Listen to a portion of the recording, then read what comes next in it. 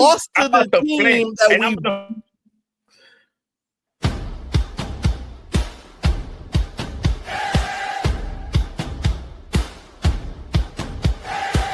Turn it up, here we go. You've been waiting all week. Now you know the time has come. We're taking the floor. Strap in tight, we're ready for more. It's 11 o'clock time to bring it. The big show's here. You know we're gonna win it. Game day fever, feel it in your bones. We're cranking it loud through your head.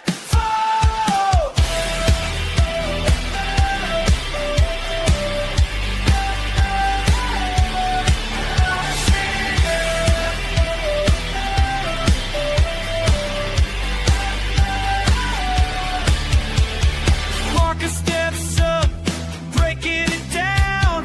Josh has got the fire, wearing the crown.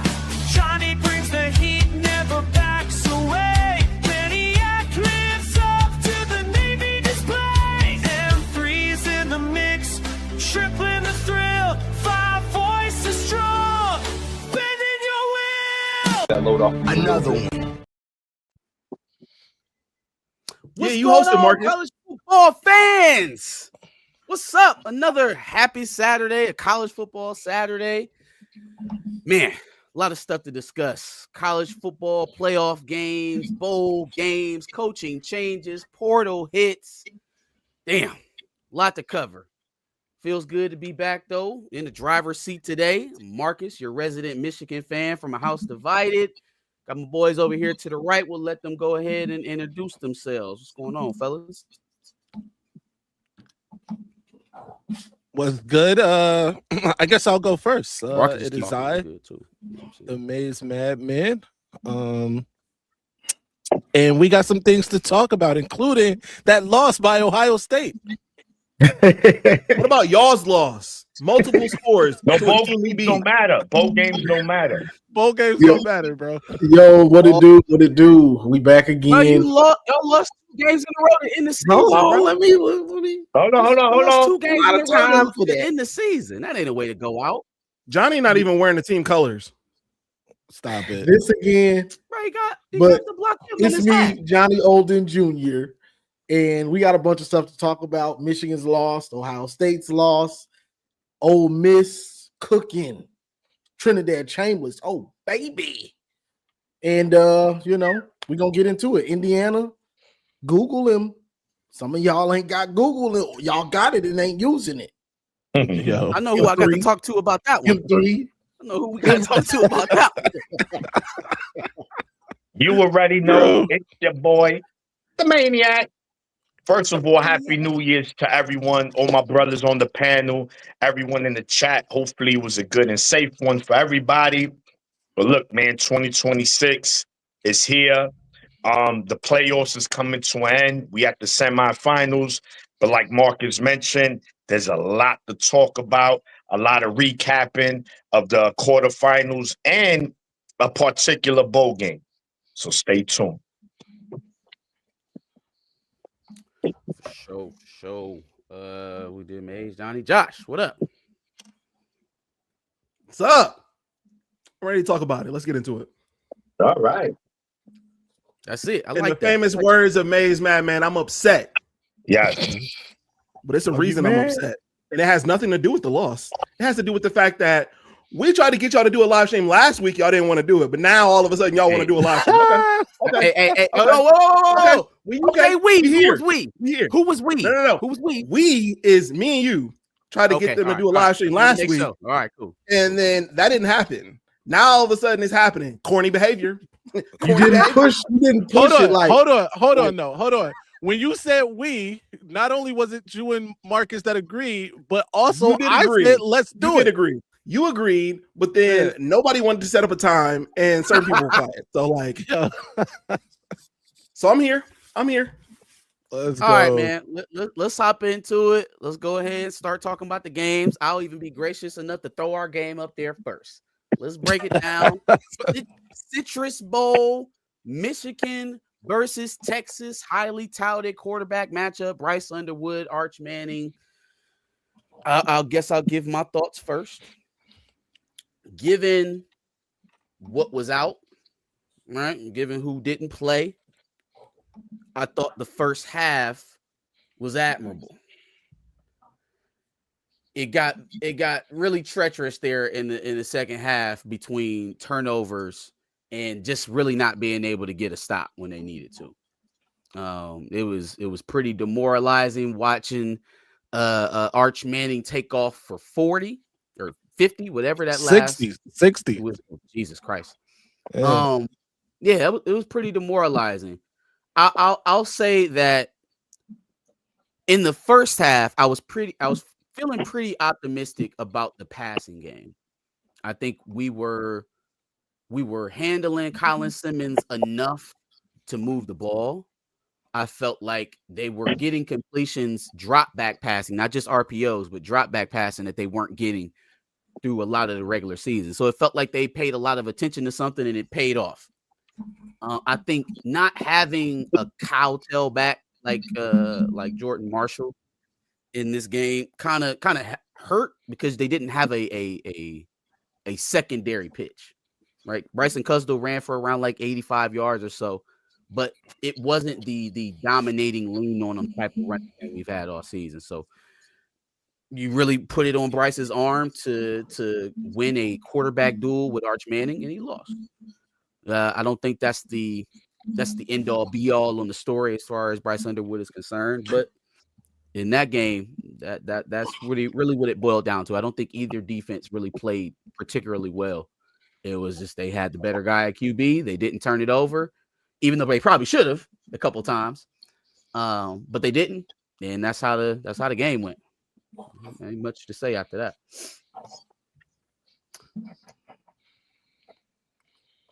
Yes. So listen, man. Going into this bowl game, obviously, it's like an exhibition game, an extended game. It really didn't matter, but you always want to win. Let's be clear. No one is saying I don't want to win, but losing is like, bro, it is what it is. It doesn't mean much, but we wanted to see things, right? And what was the main thing we wanted to see? We wanted to see progression with Bryce. We wanted to see him throw the ball. He had moments again all year. It's just been the same story with this Michigan team. You see flashes from Bryce, and then you see freshman mistakes from Bryce, and you see bad habits from Bryce, which where coaching is supposed to come in and say, bro, look at this on camera. You have to stop doing that. And you work on it. Obviously, it didn't work. Bryce throwing off the back foot. Bryce, he's got tunnel vision. Bryce, his internal clock, sometimes he gets out that pocket too fast. There's just a lot of things he needs to work on. Honestly, we got to call it like it is. We're Michigan fans, but we can't sit here and be like, oh, nah, Bryce is going to be great. I don't know. Kyle Whittingham and his team has their work cut out. As long as they're as good as the coaches that we think they are, then I think Bryce will be fine. But if not, maybe Bryce is the problem. Maybe he's just not who he is. Maybe, I'm saying. Not saying that he's not. I'm just saying maybe. We got to be realistic here, too. We just can't assume, no, he's going to be great. No, we don't know that. We don't know that. There's flashes, yes, but there's just a lot of concerns, man, that I really hope that coaching could fix.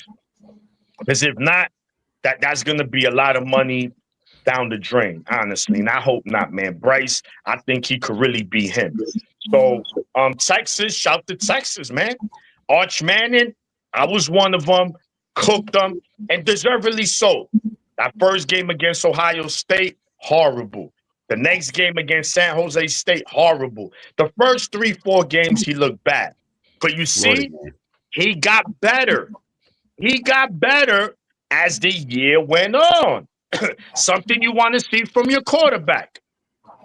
So going into next season, I think it's going to be absolutely okay to hype Arch going into next season. I wouldn't call him the Heisman favorite, but I think now the 2026 season, I think that Arch is going to be a much, much better player than what he was in 25. So shout to Texas. They was out like 4 or 5 starters on defense. We were out about 3 starters on defense. And they just brought it to us, man. It's real simple. And it was the fourth quarter. It was a good game. It was back and forth, a slugfest. You know, it was one of those boxing matches where, back and forth. But in the championship rounds, the 11th and 12th round, the championship rounds, Texas just body blowed us. Bang. And they knocked us out, man. So shout to Texas. They wanted it more. It showed it. They're better coach team and just better players right now. So, yeah, it was embarrassing at the end, man. So we'll see now. Now it's on to the offseason. Cal Whittingham and his coaching staff to make sure they get this shit right. Real quick before you switch to somebody else, I wanted to piggyback on your point about Arch Manning's development. Arch Manning will be heading into his junior season, right? And so when you look at an Arch Manning, when you look at Dante Moore, when you look at a CJ Carr at Notre Dame, these guys had an opportunity to sit, watch older quarterbacks play, develop while they weren't asked to lead the team necessarily, and then roll out, right? I see a lot of comparisons with other teams like starting quarterbacks or young quarterbacks in them trying to compare it to what Michigan has in Bryce. They asked Bryce to play day one. And that was something that I was kind of wringing my hands about in the offseason. Like, hey, man, listen, everybody wants him to play right now. He's number one recruit. The landscape right now is telling you that the path of success is to get him to sit, watch, learn, develop. And they probably should have pushed a little bit harder to try and get a starting quarterback. I was a big advocate of Mikey King to come in and start. Obviously, he was injured. A lot of people looked at me like, nah, just throw Bryce into the fire. And I was like, he shouldn't be started. You can't have it both ways. It's either you wanted him to start or you wanted him to sit. Because these are the things that can happen. It could mentally damage him, or it could just make him stronger. He's gonna have to work his ass off. He's gonna have to be the hardest worker in that room this offseason is Bryce. Hands down, bottom line. How much does he want it? We will see once the season starts. Yep, that's a fact. What you got, Maze? Oh, my bad. Oh, go. No, you up. Oh, never mind. So yeah, for me, it was a good game for 3 quarters. Look, the bottom line is this: Michigan went into the fourth quarter with a lead. Yeah. Right. Texas went up in the fourth quarter. Right. So I can't be too mad. At the end of the day, the decision making from Bryce, we probably would have liked the scene be a bit better. But as you pointed out, he was a true freshman. Nobody else had that type of responsibility on them. None of these top programs were playing a true freshman quarterback. Also, he didn't have a quarterback coach. I can't emphasize that enough. The title for Chip Lindsey was offensive coordinator and quarterback coach, but whatever. I wasn't too impressed with Chip Lindsey's offense all season anyway, even though he wasn't the offensive coordinator for this game. I thought Kasula did a decent job. Yes. Kasula and Biff Poggi, the game plan, the game plan they had offensively was good for most of the game. And I do think at the end of the day, Texas was better than Michigan this year, even though they were without like a bunch of starters, right? A bunch of guys that contributed to their team. Heck, they were down to like, I think their 5th string running back, which also speaks to the defense. That's the point I really want to get to, because Wink Martindale wasn't there to help Michigan. No. Wink Martindale showed up in his grass cutting clothes. First of all, he had no Michigan signage anywhere on him. He showed up like he was about to go cut his grass, and he called plays like he was about to go cut his damn grass. He was not there to help Michigan out in any way, shape, fashion, or form. That said, I got to give credit to Arch Manning. He did enough to get it done. He did his job out there. And I want to give some praise. I want to heap some praise on Bryce too, because though it did fall off the rails in the second or the fourth quarter, really is when it fell off the rails.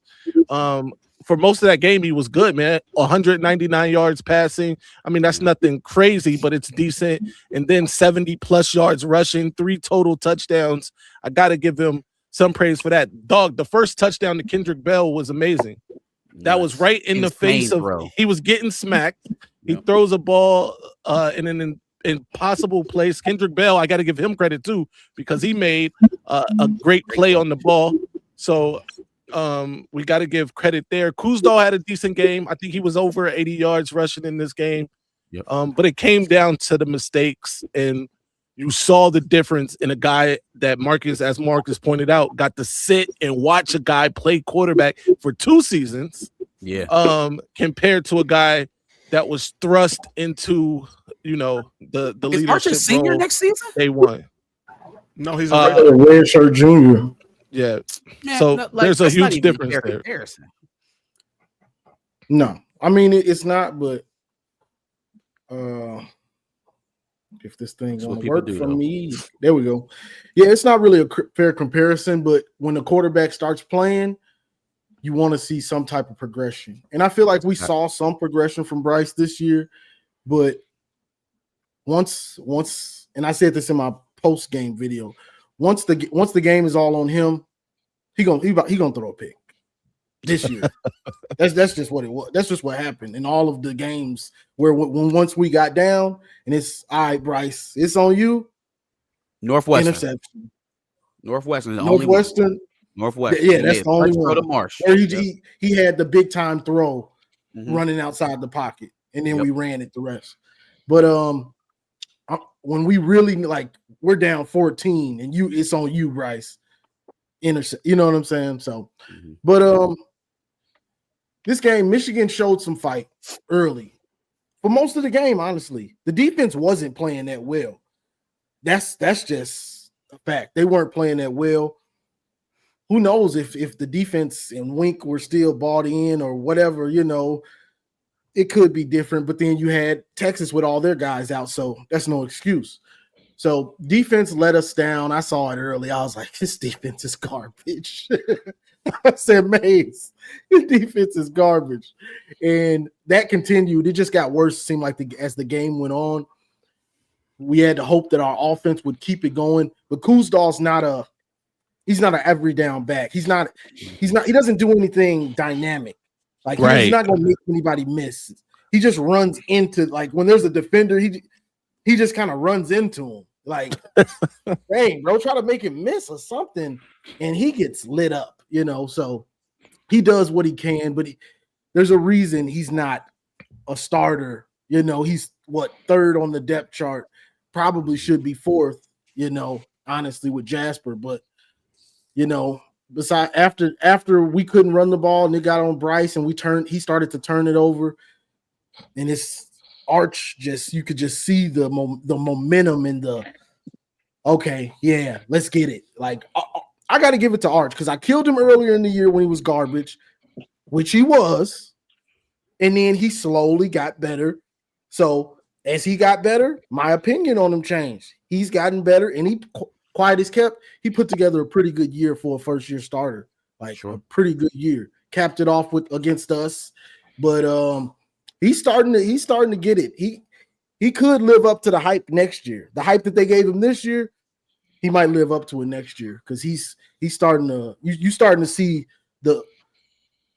to see why everybody praised him a little more. They just did it too early. It looks like. Yeah. All right, y'all tell me what type of time we on. Because in the group chat, I was chill, right? I gave y'all a little joke, I gave y'all a little hit, and then I chilled. So y'all tell me what type of time we on. Whatever time you want to be on. It's your world. It's your world, Josh. Nah, because when it comes to this Buckeye game, I want the same. I was about to say we got Miami and Ohio State coming up, so you go however you feel. No, tell me what y'all want. However you want to handle it. Is it smoke or is it not? No, it's definitely smoke. It's smoke. Oh, okay. It's smoke. We ain't here to sugarcoat shit. Say less. Arch Manning made y'all look pussy out there. Arch Manning made y'all look crazy for saying all that y'all said about Arch Manning all season long, right? We didn't play him the first game of the year. Don't let him go. Let him finish. Let him cook. Let him 400 yards and 4 touchdowns of total offense by himself. Y'all are supposed to be the running defense team. He made y'all look crazy by himself, right? And then your leading rusher didn't even touch 100 yards. So for the rush and defense team that y'all are, y'all look. He didn't play a leading rusher. Y'all weren't leading going into the fourth quarter. Y'all were down 4 points. So wouldn't give you that. Also, I'll give you a little bit of bail. Y'all didn't have y'all head coach. That's cool. That's cool. But y'all's identity looked crazy out there. Bryce again looked shook, and look, Sam looked shook as well, but that's not characteristic of him. I've seen Bryce look shook multiple times, but he's a freshman. It is what it is, right? But there's no reason for me to believe that moving forward with a new coach that he's going to be y'all savior at this point, a present point in time. That's it. You done? That's it. That's it.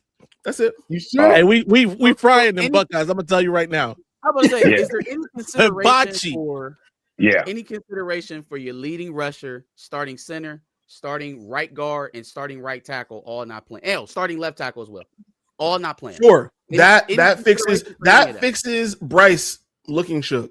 No, I was just asking because you said we were because on the defensive side of things, none of the pieces for our rushing game were there. You think that played a factor at all? And then the defense, that fixes the offensive side of things.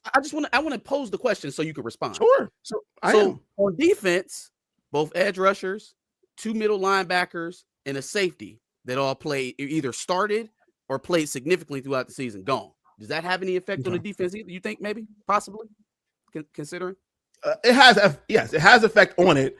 Okay. Almost 400 yards by himself and 4 touchdowns. I just wanted to know. 2 touchdowns running. By the way, we haven't seen him do any of that at all this season, right? And compound that with the fact that all 4 of you were talking mad shit on Arch Manning's name the entire season. All 5 of us? Because I never heard you say anything positive about Arch Manning. Never. But as the season went on, we all saw 4 the of y'all progression. talking mad shit about Arch Manning. Yeah, in the beginning, yes. Everybody. He was garbage most of the year. The whole media.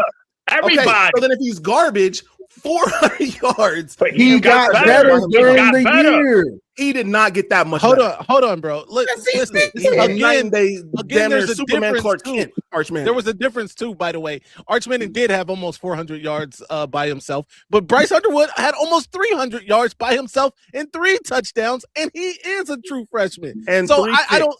No, he definitely threw the picks. But by the way, Arch Manning threw turnover worthy passes. We dropped 2 in our hand. So let's not act like Arch Manning was out there, unimpeachable, bro. That's fair. One team won by 14 points. That's the truth. They were better than Michigan. 14 points, huh? Okay, 14 points. Let's move on then. And my bad, we didn't have the lead going into the fourth quarter. We did have a fourth quarter lead, though. Yeah, and what I text in the chat before the game. Final score 40-something. I was real close to what it was, and I was bro, like you in the were second quarter. You were wild in the. But you said that exactly. So I don't want to hear. The proof is there. I could screenshot it. Y'all know. So I don't want to hear nothing. You did. He did say it. It was early, but the score ended up being about what he said. Exactly, bro. I know, bro. Hold on. Let me see if I can find it because I'm in the group chat. Don't get this man credit for that. He did. It's the truth. I knew what it was. I'm a rich. See, this is the thing. People, you always want to get at Ohio. Now I'm a realist, bro. Even when it comes to my team, I'm not over here talking about, we're gonna be 16-0 next year, and then I don't know what we're gonna be. Yeah, no, Mania called it. Yeah. No, it wasn't the exact score. No, bro. God damn it! I didn't listen.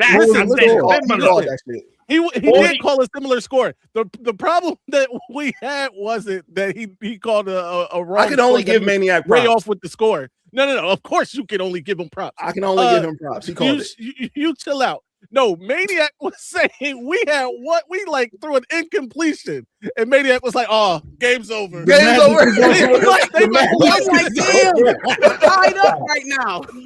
That's that bad juju. You put that juju. Listen. You see, like I'm gonna give you an example. Look at the Washington game. Right. That Washington game, you saw them. Even though it was close late, there was a fire under these players. You're like, all right, yeah, this one, I think we're good. It's just when I see Michigan play sometimes, bro, I don't know what it is. I'm spiritually connected to these dudes. I just know it. It sounds crazy, but I'm keeping it real. And I've seen it for so many years, bro. Maze, what you said? Bro, you sounded like an abused wife. Exactly. Because Michigan abused me for years. He do be sound like a battered woman in them chats, bro. Yeah, bro, because I've seen it for years. The 90s teams we should have never fucking lost to, and we fucking lose. Like, come on, bro. That's a lot of trauma, bro. It's hard to get rid of that. All right. Let's move on to somebody else's trauma. Let's go. What was this? The Cotton Bowl? Yeah. Miami versus Ohio State. The Hurricanes. Do I get to go first? I can't. Please go. Michigan went first for the Michigan game, so I get to go first for this game. Go ahead. Oh, you want to go first for this game?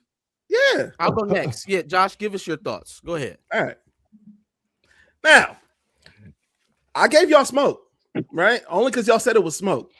But I also have smoke for my own fucking team, right? Miami's defense. But bro, we only got 30 more minutes. 30 more minutes, we get everything we fucking work for. Them boys ain't work how we work. They ain't feel how we feel. They ain't cry how we cry, gang. You can see they don't got the energy we got, bro. They don't want it how we want it, bro. 30 more minutes, all we got is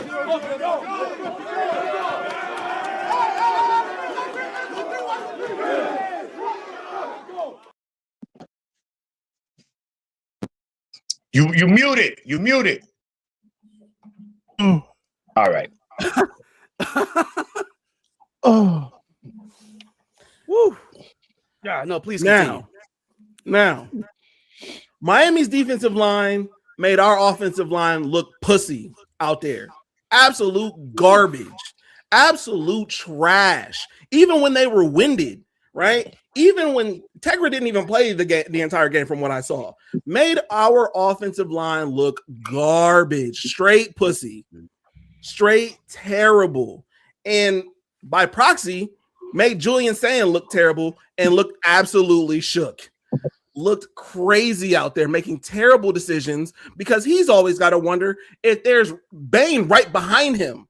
That shit was so trash from every single standpoint, with the exception of the one time they decided to block a nice bomb to Jeremiah Smith in the first quarter, maybe early second quarter.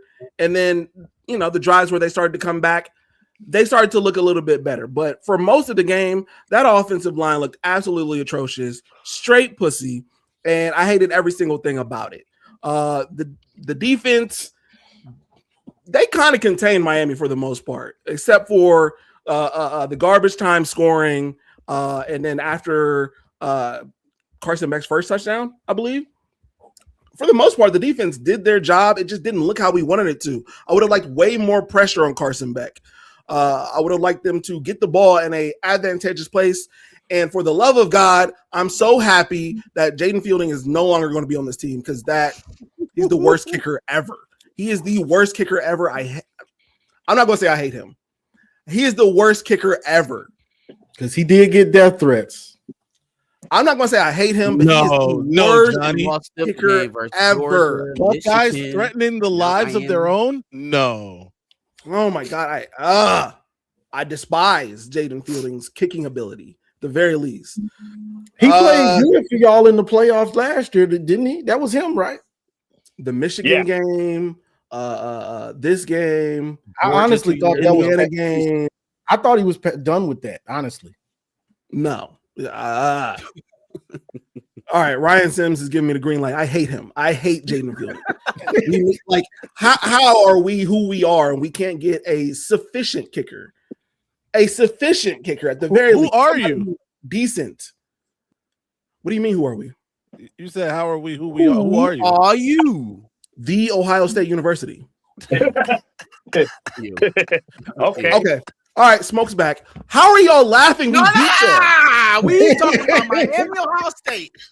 We beat y'all in the big house. Keep this on Miami, Ohio State, sir.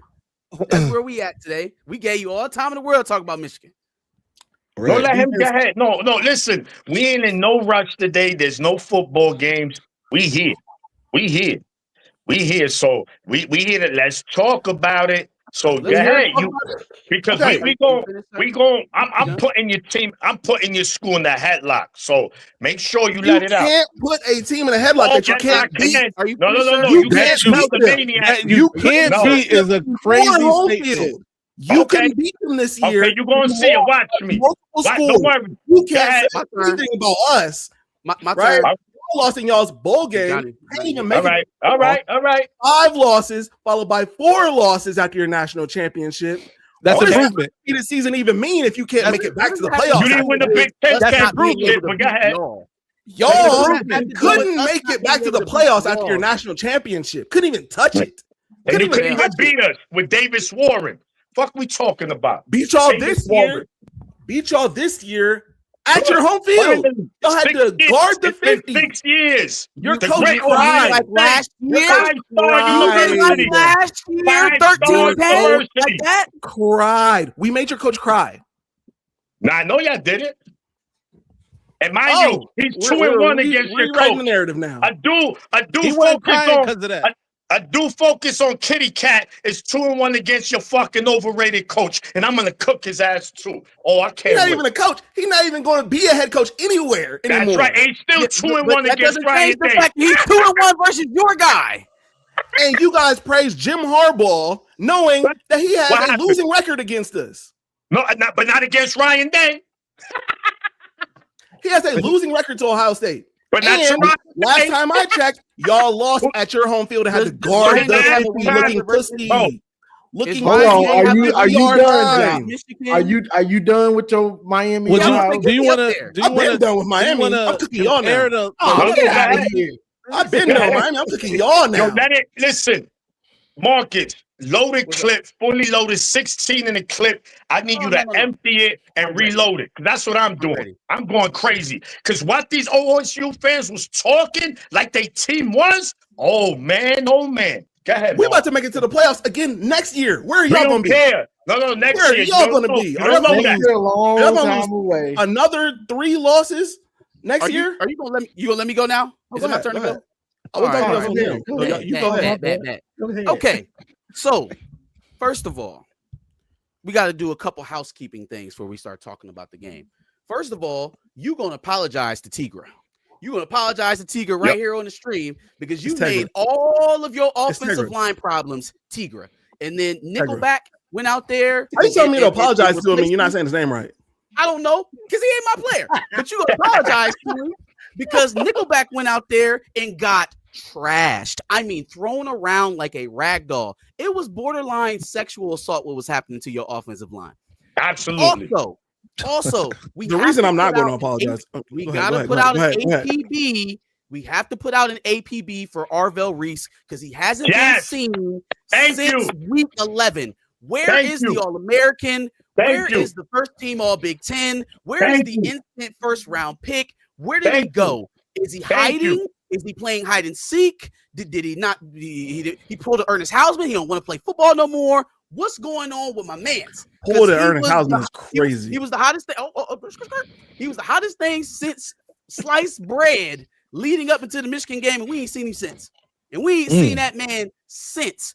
Also, this game made me very nostalgic for like 23 and 24 and 22 and 21. Because when you keep the ball away from Ryan Day in offense, you win the game. And it's just as simple as that. If you can sustain drives and pressure his quarterback, you are going to win the game. And with the pedestrian offense, and I'm still calling it pedestrian, even though they won that game, the pedestrian offense of the Miami Hurricanes was able to hold the ball from y'all for most of the game, doing it with basic gap scheme runs. We just gonna run at you.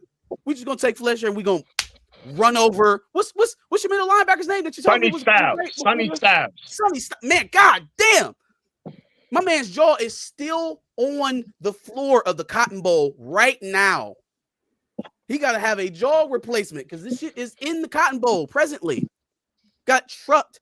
Like, for all of the blunder about how much better y'all were over Miami, I would even give myself some of it because I did not think that they were going to be able to put up 24 points on y'all, right? Best defense of all time. Statistically, this may be the best defense ever. They've only given up 8 points a game. Well, maybe that's because we was playing Purdue and we was beating up on Wisconsin. And UCLA. Talk about it. Our best conference defense. Our best conference win outside of Michigan was fucking Washington. Maybe that's why 7 points came from the maybe defense. That's why we got 7 on a points stage. I garbage time. I ain't interrupt you. Maybe that's why we got up there versus an ACC non-champion and showed our ass. See, it used to be that Ohio State just had an SEC problem. You know what I'm saying? But now we definitely don't have that. Y'all have slipped back into the reality of losing to ACC teams. The best ACC team? No, we lost to. That's Duke. That's Duke. Duke is the best ACC. Duke is not. Duke is a 5-loss team in there. They won the championship. They won the ACC. Y'all didn't want to have this argument when I said they should have made it to the playoffs, but now all of a sudden they're clearly the best team in their conference. They won their conference.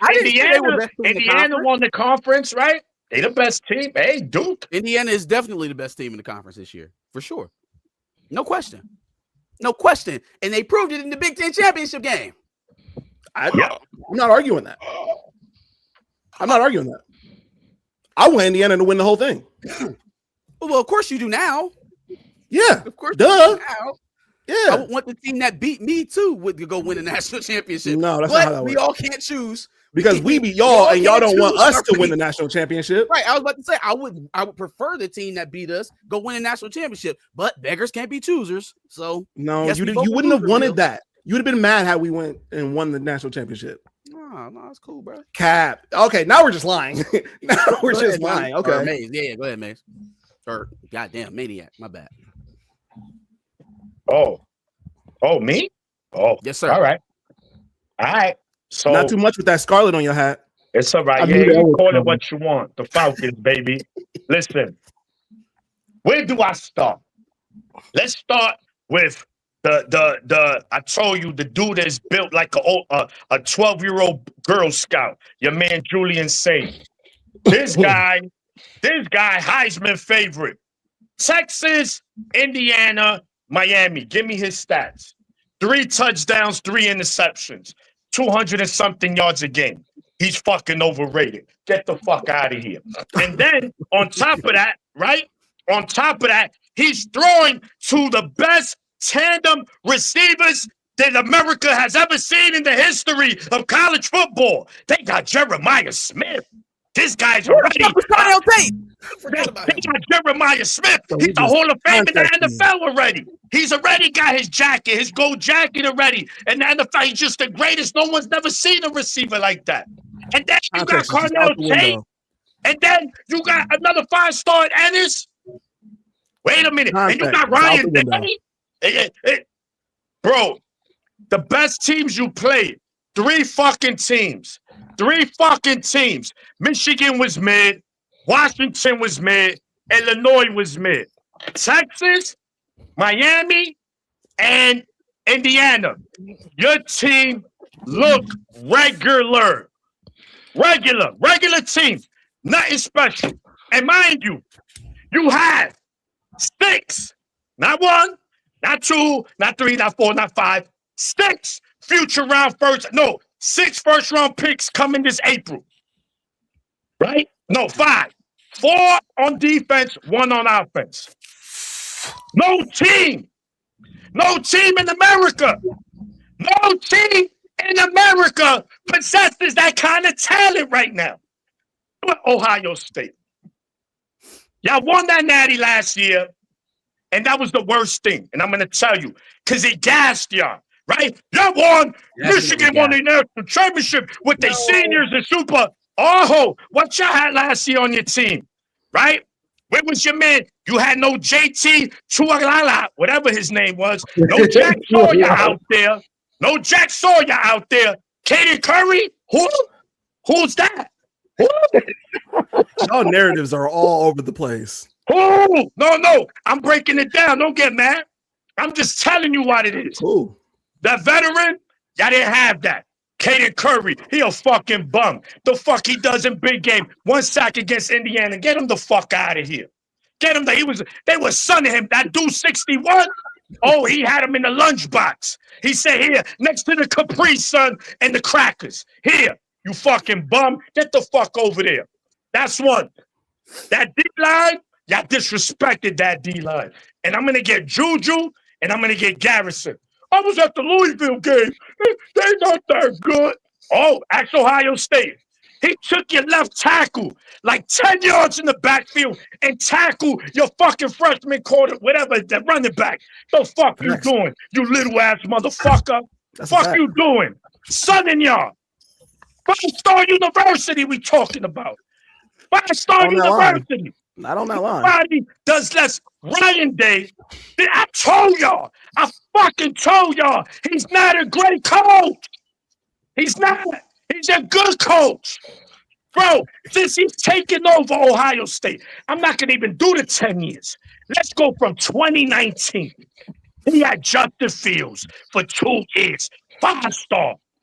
First-round pick. And first of all, the way they got him from Georgia was dirty. But anyway, that's another story for another day. Then, after him, he had C.J. Stroud. Whether you want to call him a 5-star, you want to call him a borderline 5-star, whatever. Absolute dog. You had four years straight of a first-round quarterback. You had one fucking playoff win. One fucking playoff win.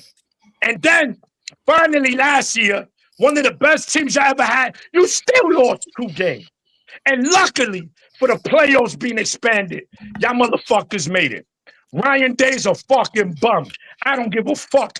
And Sunday, anybody want to debate that, we could do that. He's y'all look at his record, but look at his record. All right, look at his choking record now. Tell me who. Tell me which coach in America chokes with that much talent. Who? Tell me which coach gets to where he's gotten to in the last few years. None. Choke. He's like a fucking every year. Who else does that? Choke. Michigan artist. Don't do it. Choke artist. He a choke artist. Michigan can't even get the opportunity to choke. You got how your your 3 best games this year. With that fucking offense, you could even muster 17 points. Y'all wish y'all was where we were. Y'all wish y'all could go to the playoffs. No, you scored 14 against Texas. You scored 10 against Indiana. And then you lost 5 times. And then you lost 4 times the next year. It don't matter. Out and lose with Kyle Whittingham as your coach. Bryce Underwood's never going to touch the playoffs. And y'all paid $12 million for him. You mad? Y'all paid $12 million for a quarterback that's never touching the playoffs. Are you solidifying that? Are you solidifying that? Choke artist. $12 million. He's never going to make the playoffs. Like that's not just. I don't know how much he actually got. And you know what? If Richie, I have no idea how much he actually got. Hold on, if Richie's in the hold on. If Richie's in the chat, he didn't make the playoffs last year. He's not going to make the playoffs next year. Richie I'll give you that. I'll at least solidify that. Richie said, I know. Richie mentioned he's not making the playoffs. Richie mentioned the O-line problems. His own fan base. No, Richie, we're good. That's the fucking arrogance of this fucking fan base. They just think they better than everybody. And look what happened. Because we are. You fucking Miami. Fucking Miami. Not any team who wouldn't trade places with us. You couldn't even fucking beat them. Get the fuck out. Trade places with us. Okay. My turn. It's my turn. It's my turn. It's my turn. But look, I'm not gonna kill y'all, Josh. I'm not gonna kill y'all. It was some people saying, like, on the call-in show, Garrison, Juju, Miami's defensive line is overrated. it's overrated and all that stuff. And I tried to tell them, I don't think it is. I don't think it is. They did Texas A&M that way. Texas A&M only gave up 10 sacks all year. They sacked them 7 times. That tells you something. Texas A&M has a high-powered offense. Held them boys to 3 points. You got a hurricane brewing. You got it brewing, and you're just coming off of Indiana, who just showed that they could get after you 5 sacks. So coming into this game, Ruben Bain and them boys, they destroyed that offensive line. Like the last 2 games of the year, Indiana and Miami, they destroyed y'all off y'all first half game plans. Just crumpled them up. Ryan Day had to crumple them things up and Kobe them because he couldn't do it. You couldn't, like, he had both games in the first, going into the second half, he had to basically throw away the first half game plan because he got destroyed, and that's what happened. He tried to come back in the second half and switch it up, run the ball, more big 12, 13 personnels. But by the end, it was too late. That pick six really cost y'all. It did because, that gave them the early 14-point lead. But your defense did let you down. Y'all were only down 3, and then y'all let them march the field. With 6 minutes left. 6 minutes left, they grabbed it and it was over. Exactly. So you let them march the field. This is winning time. This is defense. Step up, get us the ball back.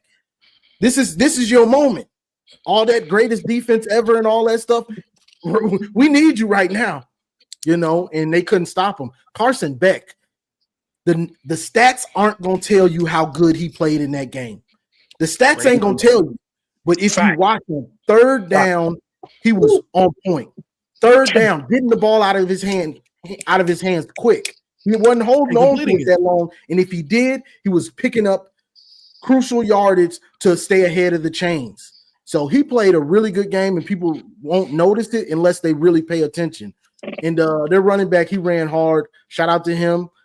Fletcher, he's a dog. Nice. He's nice. And shout out to Jeremiah Smith because he tried to wheel y'all to one. He balled out. He tried. So shout out to him. It was just when y'all needed y'all defense, y'all defense let y'all down.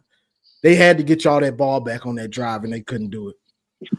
Look, man, I know the narrative is that Buckeye fans always got an excuse for everything, but everything you just said is facts. I don't have no problem with any of that. We lost. Miami clearly wanted it more, and Miami had the guys to make it happen, right? Especially on that defensive line. Even when they were gassed. You had your time, Josh. I was just responding to that. We'll get back. We'll spin the block. We'll spin the block. Yeah. So for me, by the way, let me take this time to let the world know I picked Miami to win this game because I said that they would be able to, get pressure on Julian Sand and basically wreck this Ohio State offensive line. All of that turned out to be the truth. I got to bask in that glory because that's the only playoff game this round I got right. I thought Texas Tech would win. That was obviously not going to happen. I thought Bama would wipe the floor with Indiana. Turns out they were the floor. We'll get there. Yeah, exactly. Yeah. So, but this one I got right. All right. So here's the thing for me. 41 points per game, Josh, in Buckeye fans in the chat. 41 points per game. That's what Ohio State averaged per game offensively against the likes of the Washingtons of the world, the Rutgers of the world. Oh, we can't forget about Grambling and what they did to them. 41 points against those types of teams. All right. Then the only ranked teams, and I'm including Michigan in this, the only ranked teams you guys played, that 41 goes down to 18. And that includes Michigan. You take Michigan out of the equation, that 18 goes down to 16. This team was never as good as y'all thought they were, bro. They were never that good. What I will say is this, bro. Your defense also, we can talk about what they gave up and stuff like that throughout the season. And I'm gonna give them credit because I don't care who you play. If you allow less than for a minute, they were allowing less than 7 points, then it was whatever it was, 8, right? So I gotta, that deserves some credit for sure. But you did give up 24 to Miami, bro. And I'm no disrespect to Miami, respectfully. But disrespectfully, they didn't have the requisite weaponry, at least looking from the outside looking in, to drop those 24. Granted, 7 of them came on defense. I'll give you that. What a pick 6, by the way. What a play he made on that ball. Sure. Also, 0 points for the mighty Ohio State Buckeyes at halftime of this game. 0 negative rushing yards for the mighty Ohio State offense at halftime during this game. Bo Jackson, the guy that some Buckeye fans, Garrison, we're talking to you, Buckeye fans said was better than Jordan Marshall, went out here and laid an egg. Now he scored the 1-yard touchdown. Golf. Wait, did Garrison actually say that? He said that. Golf claps for my guy Bo. Right? I don't know if I would have said that. No, you definitely wouldn't have, because it's asinine, stupid. But shout out to the people who believe that. Me and JS don't agree on a lot, but JS made a great point in the comment section. $35 million roster, right? And Buckeye fans love to point out how much money Bryce Underwood is getting or not from Michigan, right? You love to do that. But that's a quarterback, by the way. He plays quarterback. All right. Sure. The most important position on the field. You guys per year pay a wide receiver more money than Bryce Underwood gets per year. The program's in debt. Oh, listen to what I'm saying, bro. Pay a guy that plays a dependent position, meaning all those things that we just talked about. That offensive line has to block well enough. The quarterback has to read it. The quarterback has to throw him the ball. He plays a dependent position. Y'all pay that man $4.5 million a year. And you all want to sit back and talk about how much people are paying Bryce Underwood. Which, by the way, I think that this conversation is ridiculous anyway, because it costs none of us a penny to pay Bryce Underwood. Just like it costs you, Josh, nothing to pay my guy Jeremiah Smith. Shut the fuck up about their money. It's their money. That's what they negotiated with those universities or those conglomerates to get. I don't care what Bryce Underwood makes, just like you shouldn't care what Jeremiah Smith makes. But because you have brought up what Bryce Underwood makes just today, I thought it was necessary to inform you what you pay a guy who plays a position where he needs all the things to go right to be successful. That's just something. Y'all paid him that before y'all even seen him play at the collegiate level. I don't care. It shouldn't matter to you. Oh, anybody. Yo, somebody. Or anybody. Somebody in the chat, Garrison's missing cat. Put up that comment. That's crazy. He said meow. Come on, man.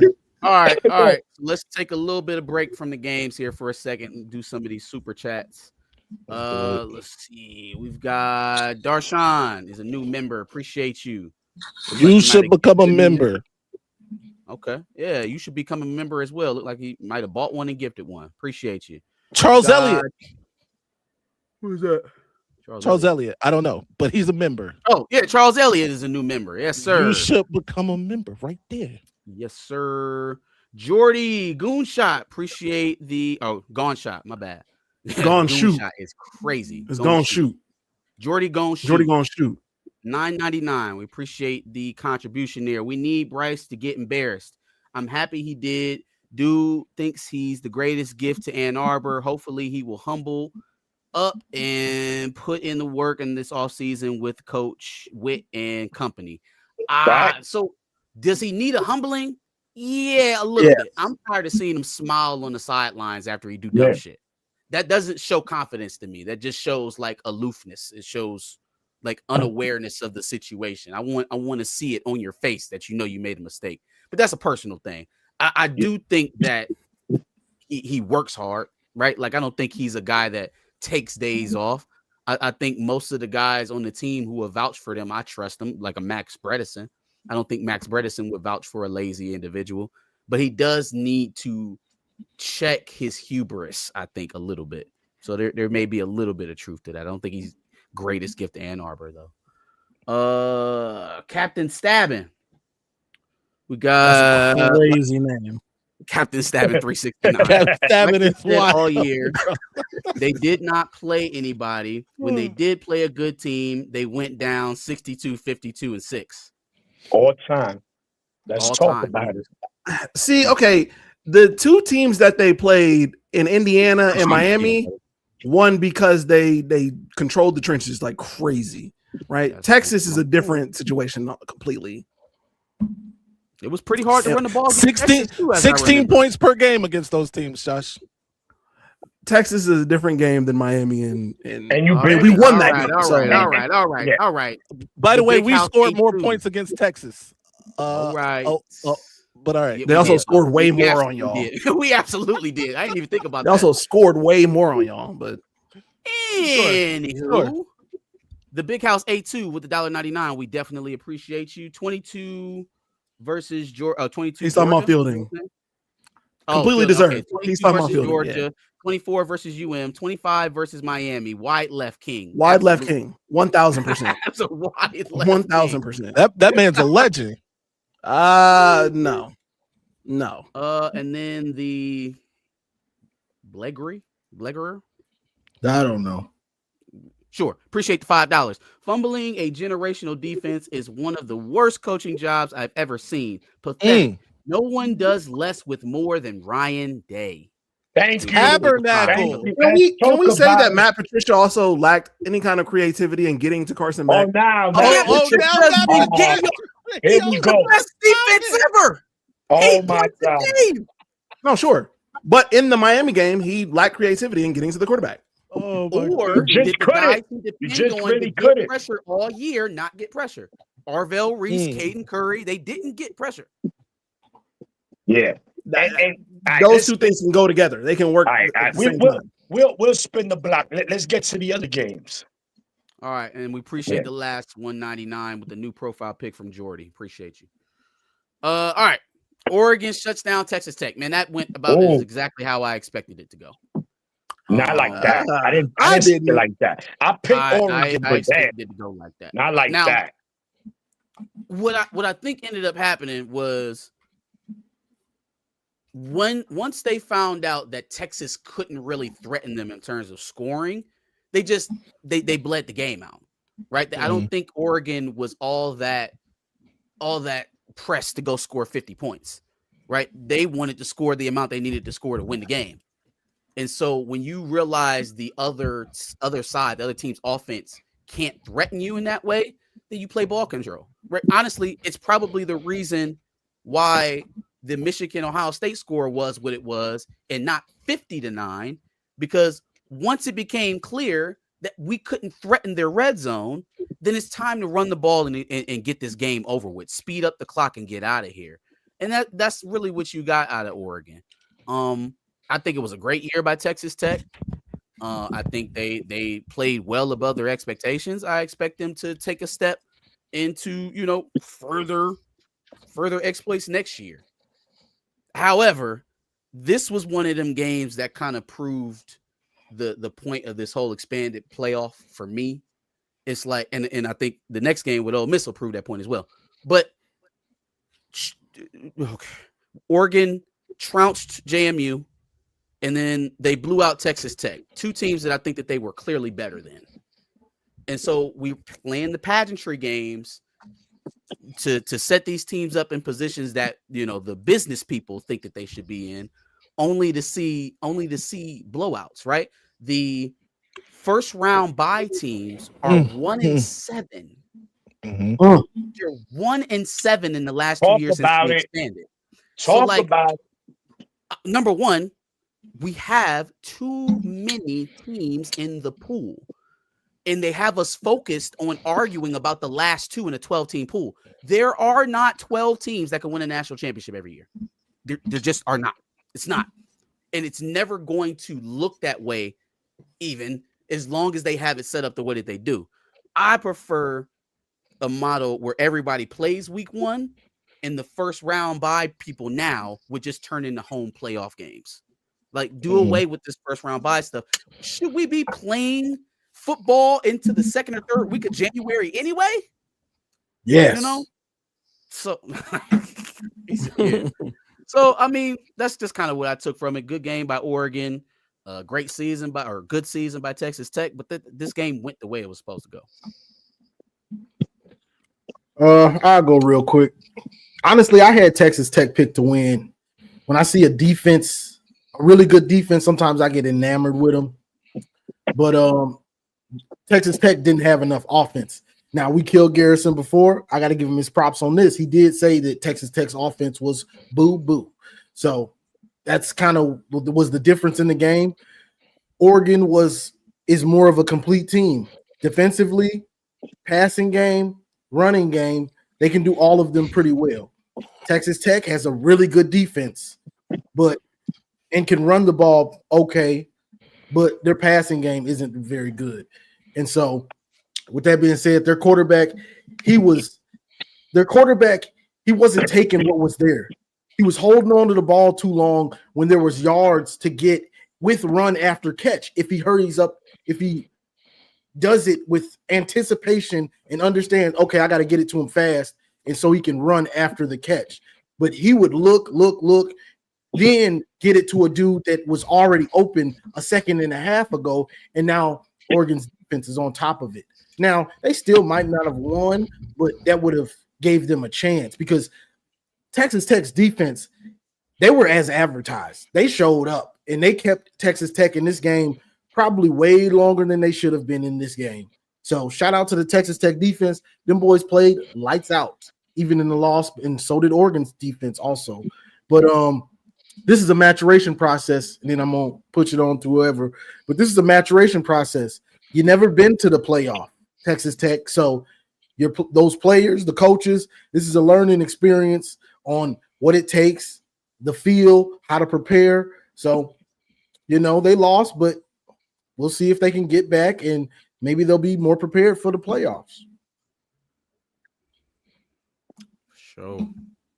What up, Josh? Yeah, so for Texas Tech, I guess I got fooled into thinking that they were a complete team on both sides of the ball, or at least somewhat of a complete team, like thinking that their offense was good enough to at least score some on Oregon. I still had Oregon winning this game, but when you think about the offense for Texas Tech, they played Big 12 teams, and Big 12 is not amazing at defense.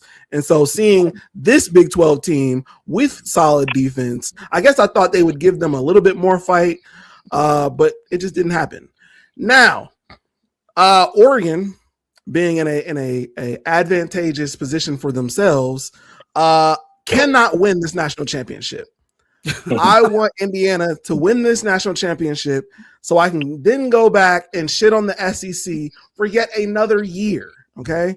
I can tell them, hey, Big Ten has won the last 3 national championships, but it can't be with Oregon. It just can't be with Oregon. It just can't. I cannot let that happen. I can't let coked out Dan Lanning win a national championship. Absolutely not. Absolutely not. COL. Lanning and get a chip.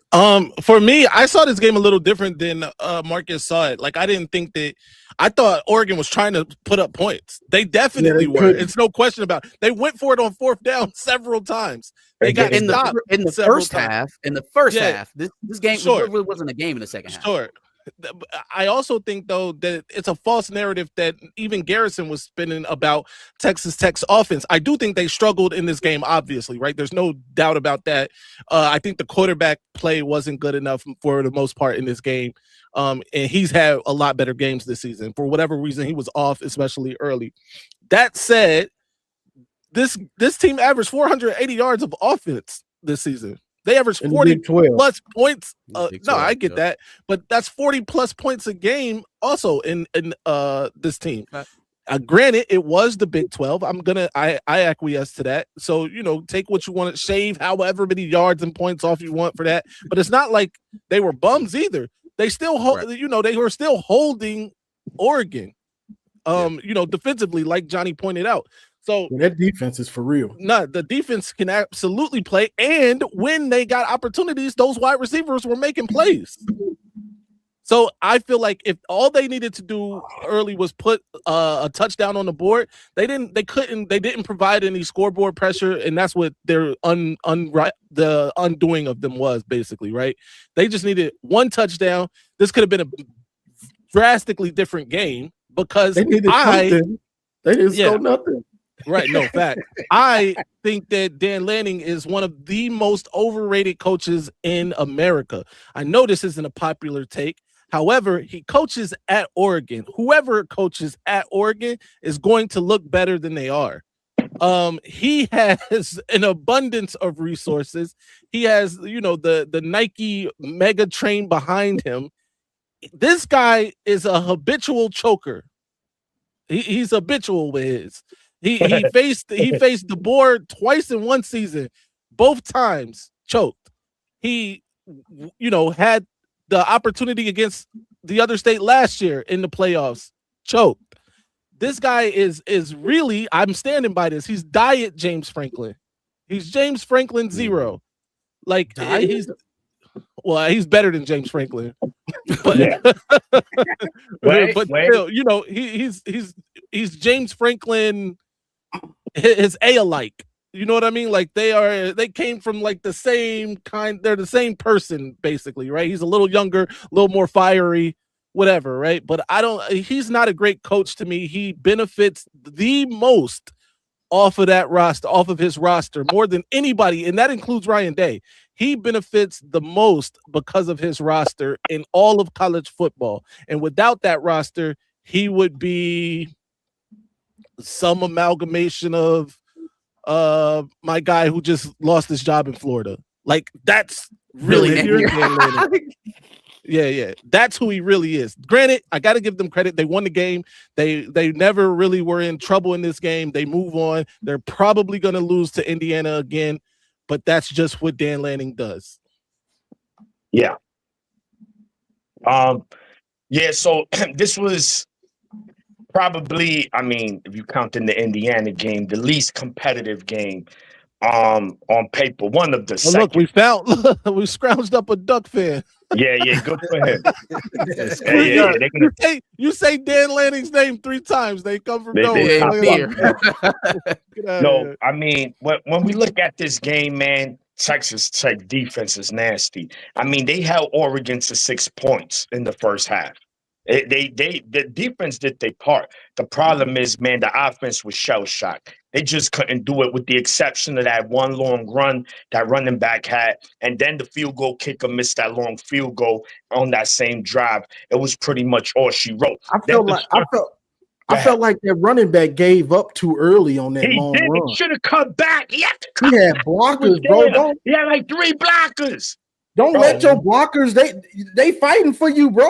Yeah, he had to cut back, bro. He probably would have took it to the house. So when you look at it, Texas Tech, I guess they secondary was Ed. But when it came to the trenches, Oregon, who's a great Russian team, couldn't really muster much.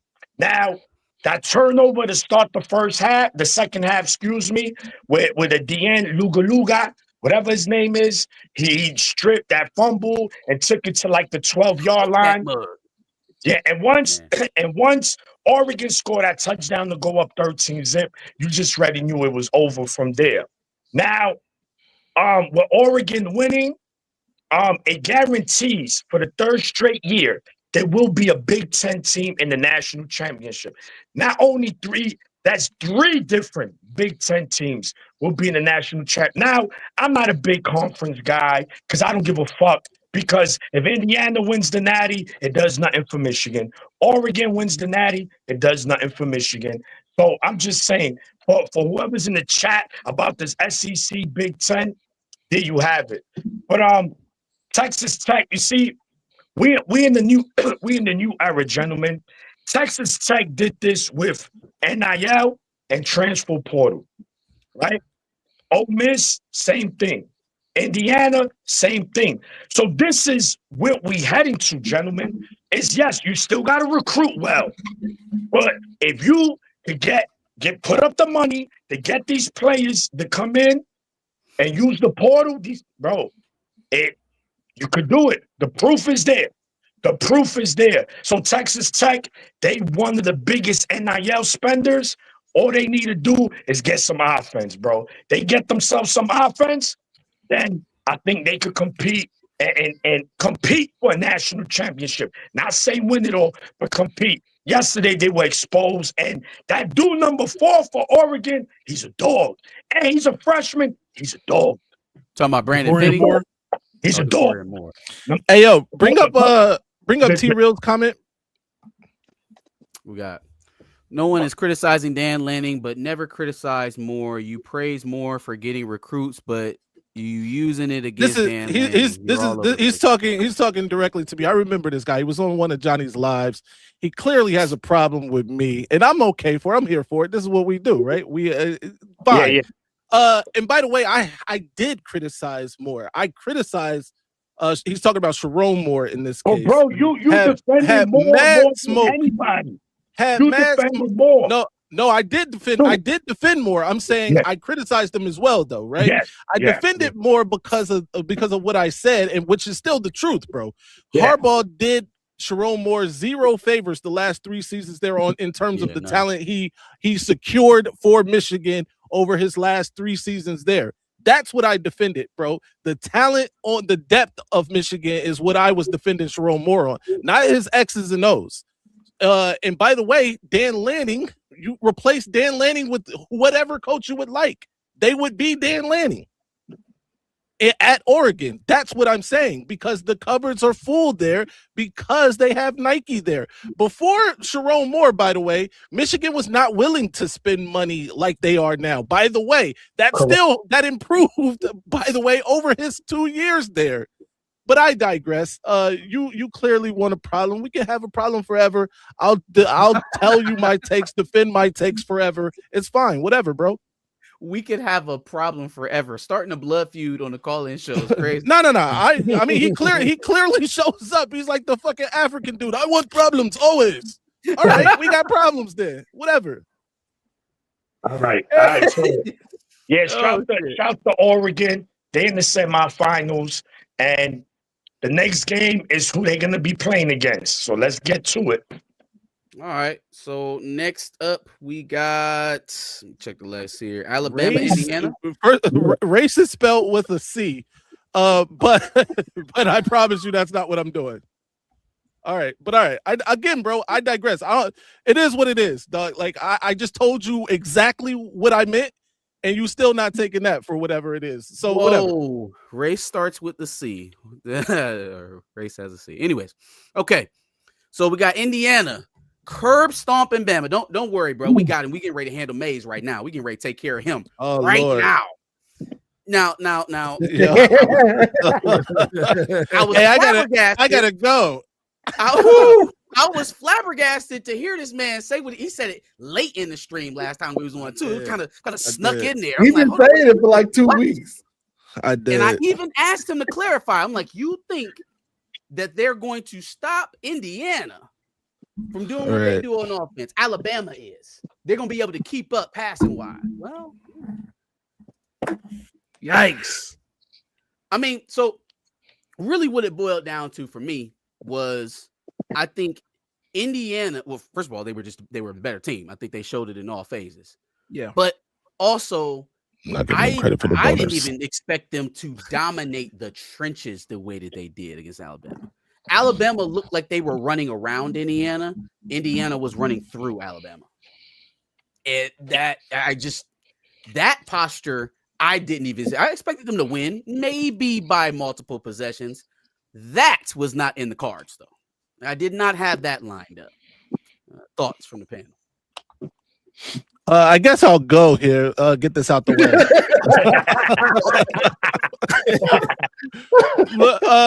I was completely wrong about this game, by the way, and how I thought it would play out. this was my thinking. All right, because I want to clarify the way I was thinking. Indiana has 7 blue chip players, right? 7. 1, 2, 3, 4, 5, 6, 7. That's it. Alabama is chock full of talent. We all know that. I just thought eventually, and it was wrong on my part because I've seen the proof, right? They beat Oregon, who is also chock full of talent. They beat the other state, who's also chock full of talent. All right, cool. But I thought eventually their lack of top end talent would catch up with them, right? And I'm like, who better to do it than Alabama? They got dogs over there, some horses over there. They, whatever. I was wrong. Listen, the trend has been all season that Alabama cannot run the ball. It's just, it's a fact. I overlooked it. I was like, you know what? Nah, they couldn't run the ball. Sure, but this is Indiana. I'm still looking at Indiana through Indiana colored glasses. This is not my father's Indiana. This isn't even the Indiana we knew 3 years ago. This is a different team. And Kurt Cignetti, I said it once, I said it twice now. I'll say it for the third time. Kurt Cignetti is everything that Kurt Cignetti thinks he is. He is actually that good of a coach. I said this before, and Josh was upset about this. He's a better coach than Ryan Day. Absolutely. He may not be. He has been a better coach at times than Ryan Day. No. He's just better. X's and O's, he's just better. Still doesn't have a national championship. No, that's a fact. And that's why I say he may not be, if we're measuring greatness and accolades, he has not yet got to Ryan Day in that realm, right? In that regard. Natty at Indiana is worth 3 of that. I understand the argument. I understand the argument. That's a fact. I understand it. I get it. He's done probably more with less. The most with less. Yeah. He is him. He's him. He's stuffing all of your favorite coaches in lockers head first. That is true. Yeah, that's a fact. Mm-hmm. Yeah, I'm not gonna lie. Bittersweet, especially after coming off of the Ohio State loss the day before. But I am happy, right? Because again, I have a personal vendetta with the SEC and all of their fans, right? So to see a Big Ten team, and again, I don't play the conference game either. Like I'm much like Maniac, it doesn't really do anything for my team specifically. But at this point, I think the SEC hates Ohio State just as much as Michigan fans. So therefore, seeing their top team or the team that they love the most lose 38-3 felt good. It just felt good. It felt great. So if Indiana wants to go on and win this national championship, by all means, have fun. Side note, does everybody realize how inconsequential and nonsensical now the argument to get Alabama into the playoffs was? Oh my God, Oklahoma, another SEC team. It was BS. It was BS. We knew it. Trounced. Right. This game, I expected Indiana to win this game. Not like this, but I kind of expected a controlled butt whooping. But this was straight domination. This was blow your doors off. You really shouldn't be on the field with us right now. Alabama, one-dimensional, can't run the ball, haven't been able to run it really all year, and that's never good because the easiest thing you can do is turn around and hand that ball off. So when you can't run the ball in a playoff situation, so now you're playing really good teams, it can end up in disaster, and that's what happened with them. Indiana's a complete team. Top 5 defense, if not maybe the number 1 defense right now. Offensively, can run it very well, pass it really good. You got the Heisman winner as your quarterback. Indiana's locked and loaded, looking like they might be taking this thing home. Maybe, but this was just a controlled butt whooping. We blew their doors off, and Alabama's looking for answers right now. Ty Simpson got knocked out of this game. Boy, you better get down. Them boys ain't playing with you. Yeah. I'm trying to fight for you. Fucking around. Get down. Got blasted, boy. You gonna learn today. It's real for you now, boy. It's real for you now. So, Go ahead, Maniac. Yeah, Maniac last to go. Yeah, so yes, I did pick Indiana, but I didn't see this kind of ass whooping. But I told Juju, I told Garrison on your live like 2 weeks ago, Alabama's mid. Alabama's not mid. They were crying. They fucking mid. And bro, I told y'all they came in. Yeah, they going based on those rank wins they had early, bro. Teams, you just see some teams peak late, some teams doesn't. They regress. Alabama got worse towards the end of the season. You can see it, bro. This is why they should have never been in the playoffs. They get a lucky come from behind win against Oklahoma. Oh my God. Indiana dominated. Indiana is a football team, gentlemen, ladies and gentlemen. You want to look at a football team? You look at Indiana. You want to look at execution? You look at Indiana. You want to look at hitting? Look at Indiana. Everything, Indiana. This team is perfect, bro. This team is perfect. I'm just telling you. Now, no one is unbeatable. Let's make this clear. They can still be beaten, but just the focus on this team, offense and defense, bro, they're a dangerous team, man. They believe. They on that field. They got a swag to them when they on that field. They not going there, damn, can we beat them? They said we're going to punish you. They punishing teams physically on both sides. You said it, Johnny. Todd Simpson, oh, you like to run? No more. Makata, sit your ass the fuck down. Go fix your ribs, motherfucker. The fuck out of here, SEC what? The physicality of the what? Physical over here.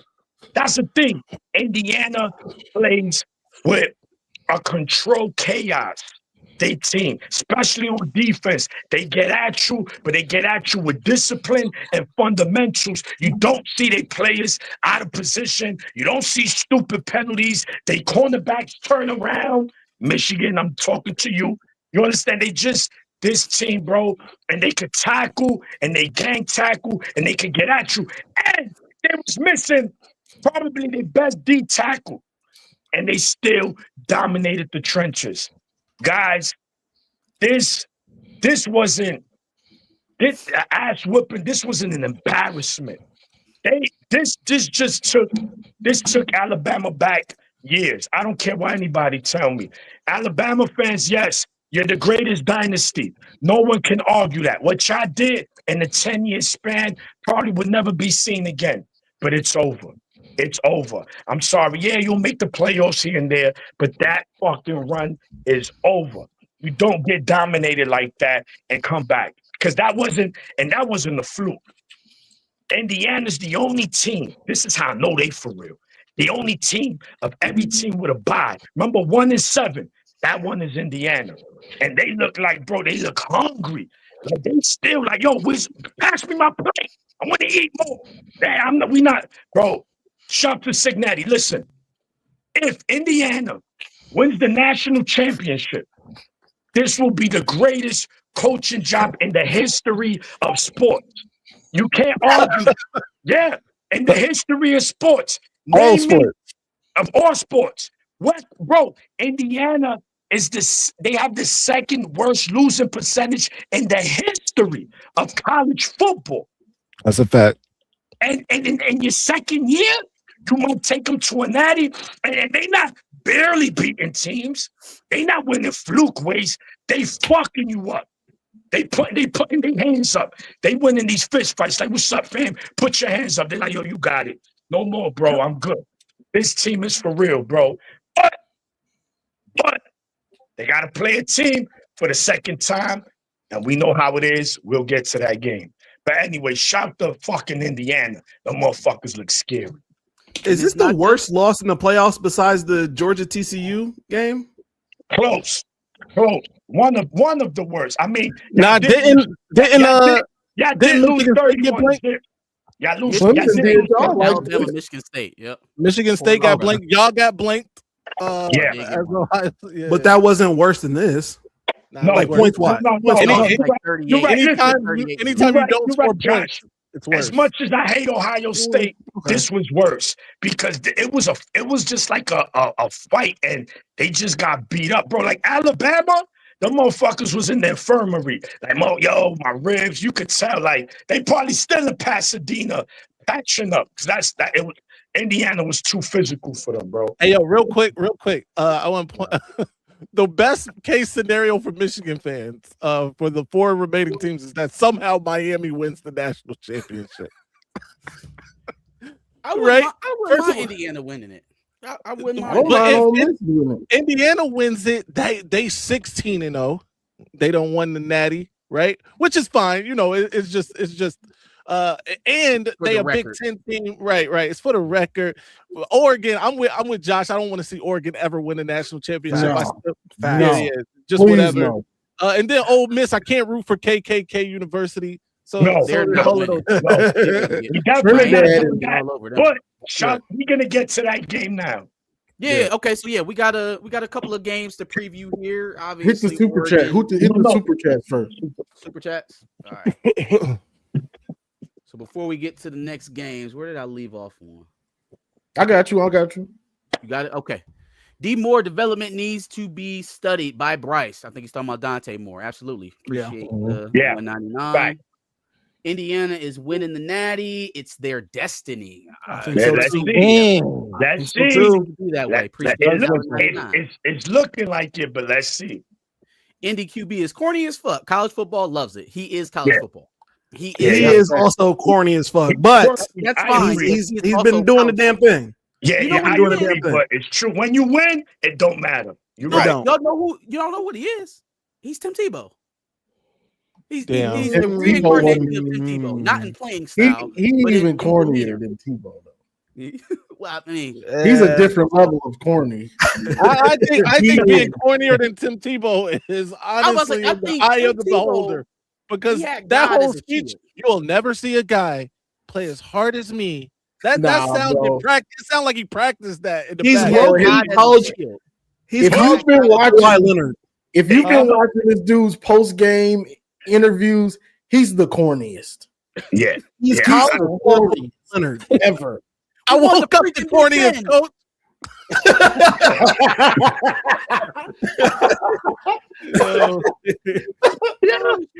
Also, before we talk about did we talk about Miss Georgia? Georgia, still on Sharon's neck, bro. Georgia. That's a fact, though. I ain't even gonna argue with you. Sharon's super corny. Let's hurry up and get this one out. We still got to talk transfer portal and then previews for the next games. God, let's do it. Ole Miss Georgia. Man, took my natty pick right out of the picture. Instant classic game. What a game. I don't know. This kind of felt like Ole Miss's payoff for Lane Kiffin. I'm so happy on them when he did. And even if he forces the coaches to come with him to LSU before this next game, and they get trounced by Miami, which I kind of expect that to go that way.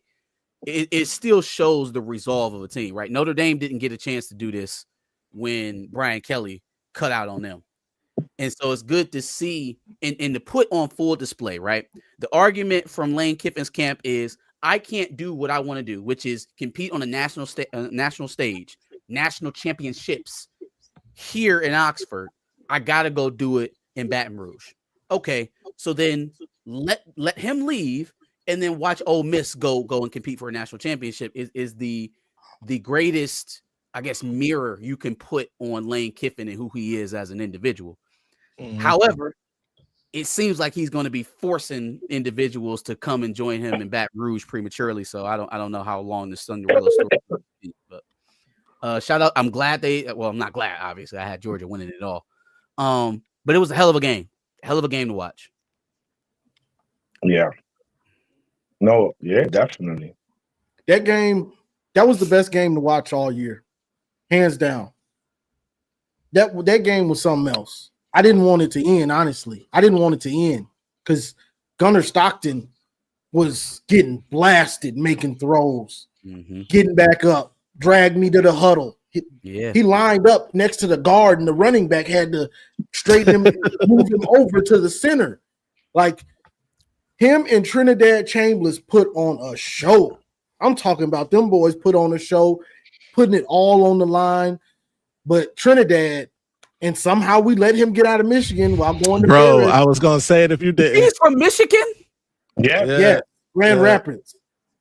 Yes. Went to Ferris.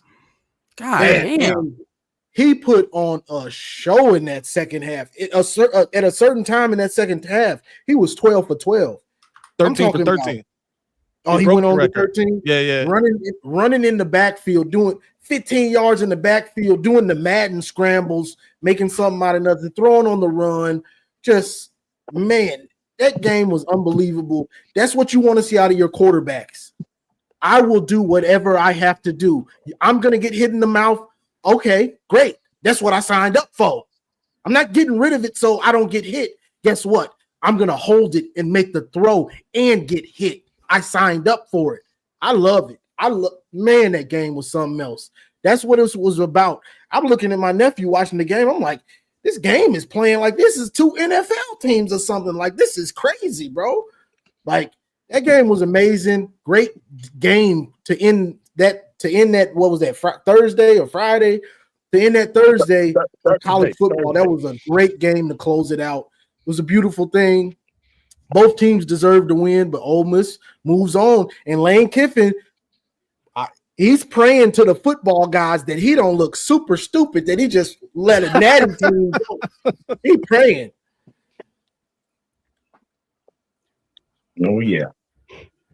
I No. don't know what I'm doing. Yeah, this is, I mean, just like Johnny said, man, this was the game of the day. You're talking about two heavyweights, man, going at it. Again, it also shows it's tough to beat the same team twice. Mind you, Ole Miss was dominating that game the first time. They gave up a 9-point lead in the fourth quarter on the road in Athens. Georgia found the way to win. And in this game was the opposite. And mind you, Georgia went up 21-12. This looked like this game was going to get away from Ole Miss. But guess what? Kudos to the coaching staff at KKK University. They made sure that these players stood in, they showed dog, they show resolve. Now I picked Georgia to win.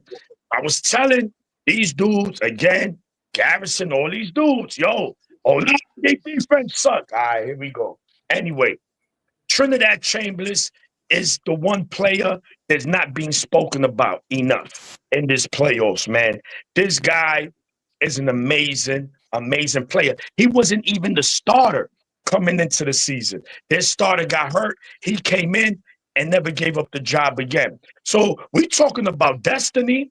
It might be Ole Miss destiny to win it all. Who knows? That'd be wild. But this game had everything you wanted.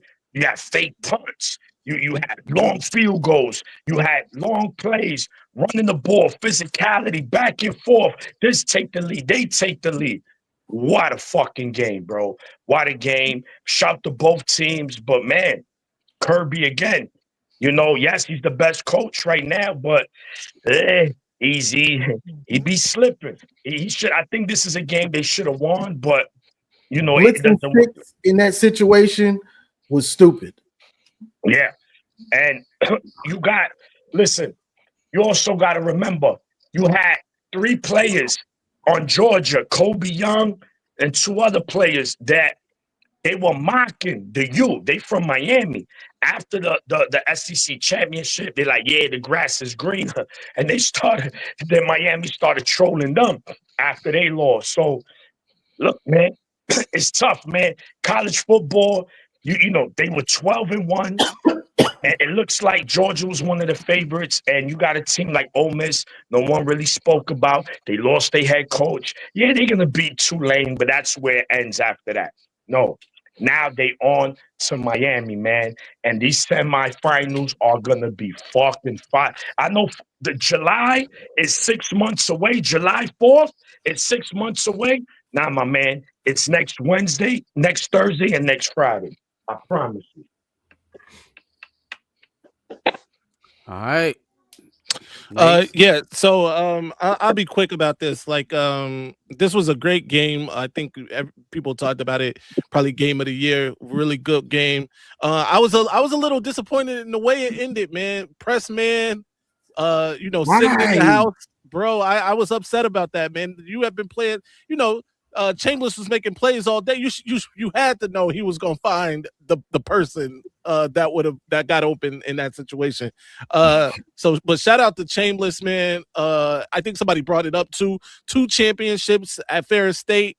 He has a chance now to win a national championship at Ole Miss. That'll be huge for that university. Who a lot of people for years they have been kind of just written off in the SEC. And Lane Kiffin, I know however I feel about Lane Kiffin, he did coach a playoff team. He got a team to the playoffs. With this dude though, I think this is defensive coordinator that's the head coach now. Yeah. What he's doing though with this team in galvanizing these guys the way he is, is great, man. And the fan base is really behind him. Even though this is, KKK University, and I can't personally root for him. But I love what Chambers is doing, and I want to see him be successful for sure. Yeah, and their running back is a beast, Lacey. That Lacey kid. Kiwan. Right. Yep.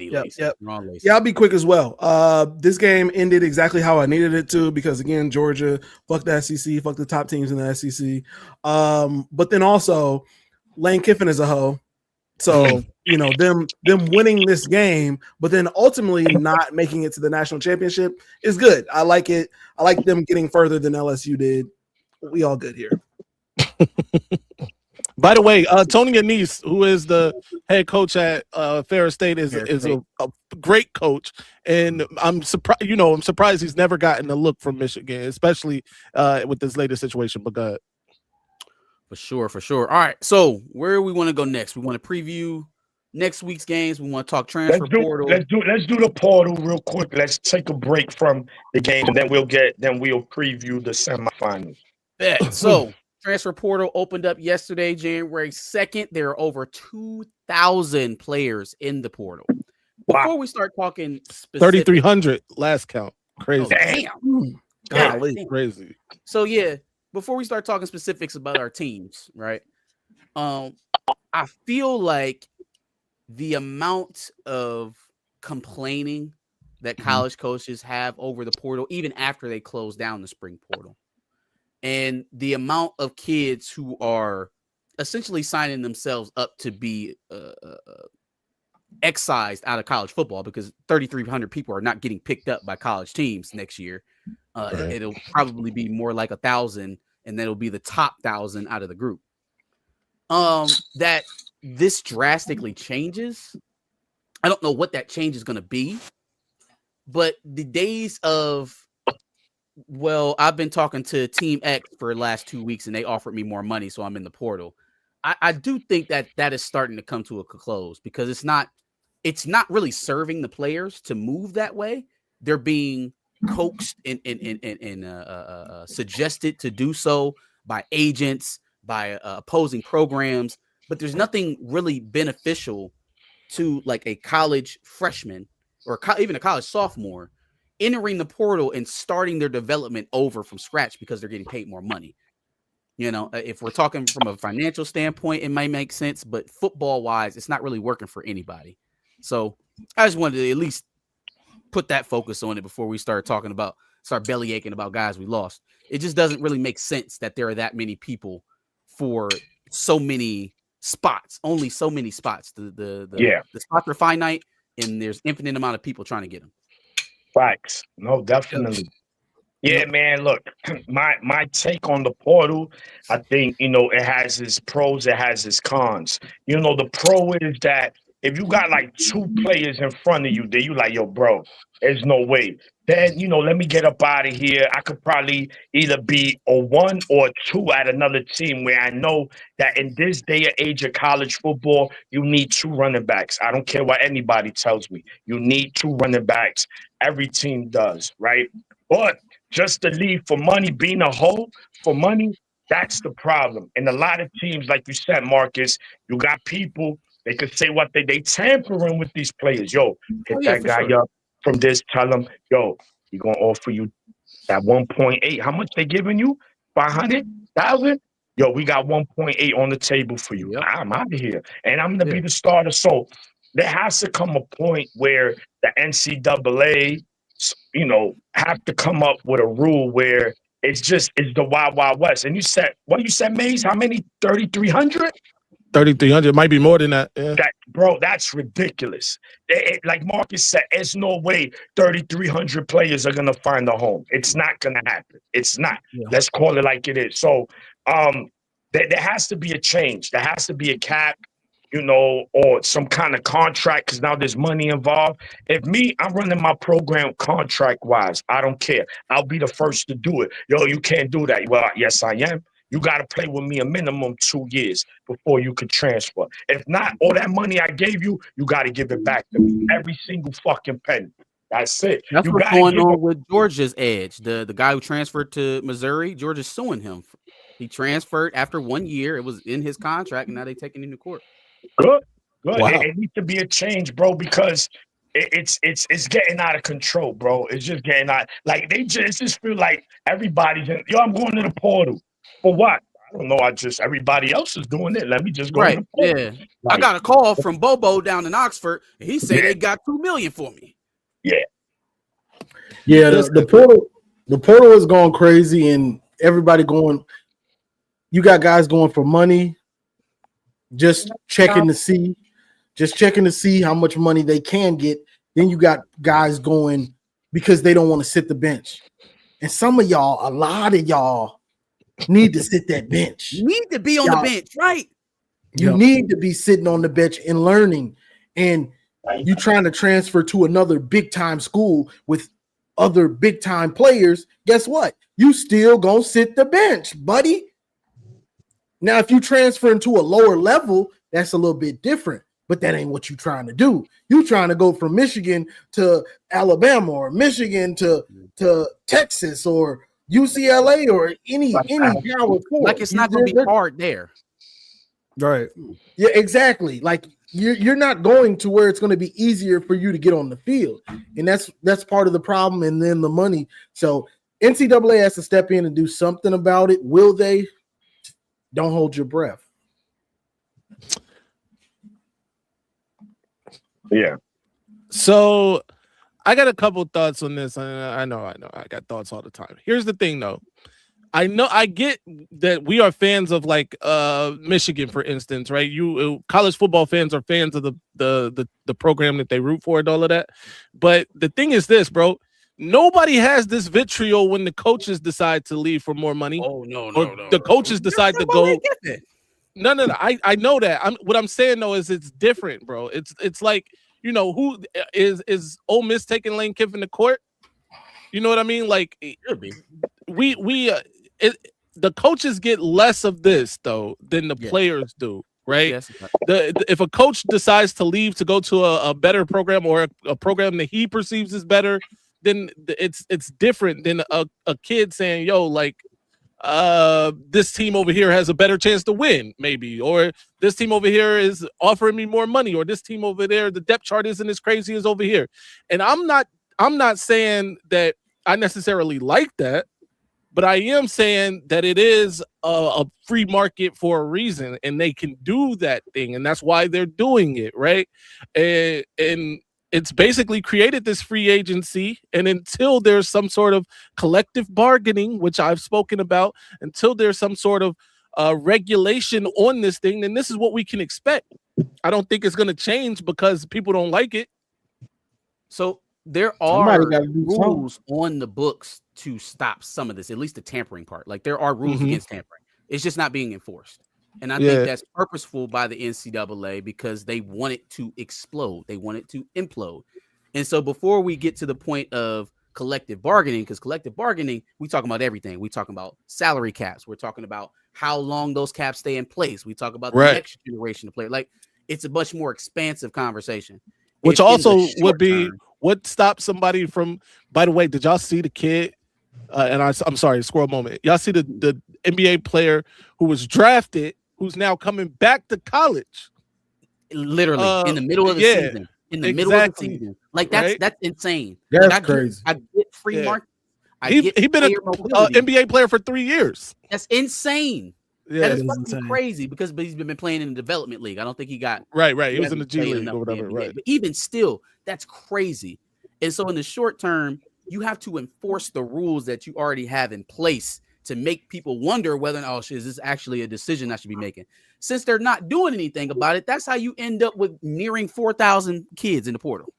Right. Yeah, this many players in the transfer portal is just a bad thing for the players themselves. We've seen times like Jamison Williams, right? He'll go to Bama and he'll become a star there, right? But for every Jamison Williams, there's a Dallin Hayden that went to Colorado and is fighting for fourth on the depth chart at Colorado. He's transferring again. Right. There's a Collins Achampong who goes to a million different schools. Why you bring up college? Country? I brought up Dallin Hayden first. But the point is, right, for every player where there's a success story in the transfer portal, right, there's 3 transfer portal players who either go on to not play, right, or who goes on and plays but doesn't get enough time at the place that they go to, and then they go to another school and then another school, and then it never works out for them. So TJ Finley been in college for like never signed an NBA contract. Lupo. Okay, yeah. So that's crazy though. It's crazy. And then I look at, or are we getting into our specific teams now? You can. I pulled up the list, so I'm just like, I kind of want to talk about it. So when I look at the Buckeyes specifically and the guys who are leaving, right, for the most part, I understand most of these players, like a Lincoln Keenholtz, right, who's probably not going to get much time in between Julian Saint and Tavian St. Clair. Right? Tavian St. Clair never see the field. Anyway, I look at Jelani Thurman, right, who was supposed to become a guy, but now is 4th or 5th on in our tight end room, right? Those make sense to me. But then when I see a guy like, or also CJ Hicks, right? CJ Hicks makes sense to me because he's never could get last chance. I thought now we're never. How many years eligibility he got? One, probably. Yeah, this is it for him. So those make sense to me. Okay. So anyways, those make sense to me. But then when I see guys like Bryce West, who was probably going to start for us, he's probably going to start for us now that Lorenzo Styles is pretty much out of here, right? It doesn't really make sense to me, right? When I see James Peoples, who Isaiah James Peoples transferring? Yeah. That sucks for you. That's your running back, he right? barely got the ball. Yeah, because Bo got that pack until he leaves. Well, Bo Jackson can be the starter, but I feel like James Peoples. No, but you need that. You need at least 2 running backs. Yeah, you need. I think James Peoples could have definitely fought Isaiah West for that position. I know a lot of people like Isaiah West, but James Peoples has shown flashes throughout the season that he could be that guy. So him just completely giving up, either we're getting a big time running back in the portal, or it just doesn't really make sense to me. So the biggest things that we need to address is obviously going to be the trenches. It's obviously going to be the depth in the trenches. Oh my God, the trenches. But y'all know, because we've all been saying that Ohio State's trenches looked atrocious, and it hasn't looked any more atrocious than it has in the 2 losses to end this season. So trenches, kicker. That's what we need. Yeah. All right. First on our stuff. Okay. We at what were we at? We at like about 16 players in the portal currently and counting. Yeah. Andrew Sprague, I think, is the last one, which he was a starter. So that's Guanera is in the portal. Oh, Guanera. Yep. What was the latest one? Excuse me. So that's 2 O-linemen who started, who got a lot of playing time. Cole Sullivan, probably of all the players, that one was a head scratcher. For one, he was guaranteed to start next year, and he was a baller. People are saying that he still has the option to come back, and this looks more like a negotiation thing. Yeah, he's trying to get some money. So we'll see what comes out of that. But listen, Kyle Whittingham might be on some bro. If you don't want to be here, we're gonna offer you this. If you don't like it, keep it moving. So Deke Berry, Elijah Dotson. We got a lot of players, right? Etta. So, Davis Warren. Davis Warren. Davis Warren. Underwood. Yeah, who knows? Who knows? Who knows, bro? Listen, at this point, this coaching staff for Michigan, they're gonna have a busy off season. And it's already been known that the donors are willing to open up the checkbook. So listen, man, there's no excuses. You go in the portal, you gotta get what you gotta get. We're gonna need a minimum. I mean, me and Johnny was talking. He was like, yo, about 25 to 30. And I agree. We might need that at least minimum. And I'm telling you, Michigan is not done with players leaving. I'm pretty sure we might see another 5 because the portal opens up Monday, if I'm not mistaken. So, it's open now. It opened yesterday. It's opened up yesterday. Okay, my bad. So, listen, I know the wide receiver from North Texas. He was like number 3 in the nation and receiving yards or something. He's visiting Michigan. So we'll see. Morgan. Oh, yes, he's going to Ohio State. He's an OSU lock. He taking it. Oh no! No! He going to the MAC. I think so. Most of the guys that are in the portal right now were either early on in their development or guys that were stuck in the roster. I think the ones that stand out are Guinera, Sprague, Sullivan, and maybe Zeke Berry. So I kind of understand where Zeke Berry is coming from. Zeke Berry was playing with Lamar Morgan for the last 2 seasons, and he has no idea who his secondary coach is right now. Like, I would be probably like, this is his last draftable year. If he's not going to the draft. Well, we just hired a secondary coach, I think. Did we? Who did we get? Yeah. BYU's defensive back coach. Okay. Is that Guilford? Is that who they were talking about in the chat? Yeah, I think so. Okay. So, but I mean, that happened. That had to have happened today because we had it happened while we were on here, I think. Yeah. Okay. So, that being a question, I would look and see where my stuff is. Sullivan, if he's trying to see if he can get paid more elsewhere, that does put a little bit of pressure on the donors to make him, because I mean, there isn't another starting level linebacker, at least middle linebacker on the roster as of right now. We got young guys that have been in the incubator, but we don't have anybody with game time experience like Cole. So if he's using that as a negotiating point, I say he's in a pretty strong position. Sprague makes no sense to me. And it makes no sense because everybody was telling me that Harding is the best offensive line coach in the country. His numbers certainly say that he's a very good offensive line coach. He's got potentially 2 first-round linemen going in the draft this year. But for me, if there was anybody who got let go out of that staff that maybe earned their spot to stay, it was probably Grant Newsome. I know we weren't in love with offensive line play this year. Michigan was a top 10 rushing team, and they were on a short list for Joe Moore. So, yeah, you may have a better guy coming in. This guy recruits. He's filled your coffers, and now you got 2 potential starters for next year in the portal. Yeah. So I would have moved them back to tight ends. I would have moved them back to tight ends. And Marcus, real quick, he got his damn brother coaching tight end. Sprague and Guinera, I believe, have a no contact clause. So they pretty much know where they're going. They know where they're going. So yeah. And remember, what was our center that went to Missouri? Gadis. He was the center. He went to Missouri. About Dom Judice. Yeah. Yes. Judice. So you're right. They might be on their way over there. Bro. Lindsay, but we got Haywood and Babola. So I think we'll be good. Yeah. And I hope so, right? But those are just guys we haven't seen play. I've seen Sprague play right tackle for 2 seasons now. I like what we were getting in him. I like the potential of moving him inside to play guard. But outside of that, most of the guys are, NFL declarations and Marcus, I'm sorry. One more time. Aaron Scott in the portal?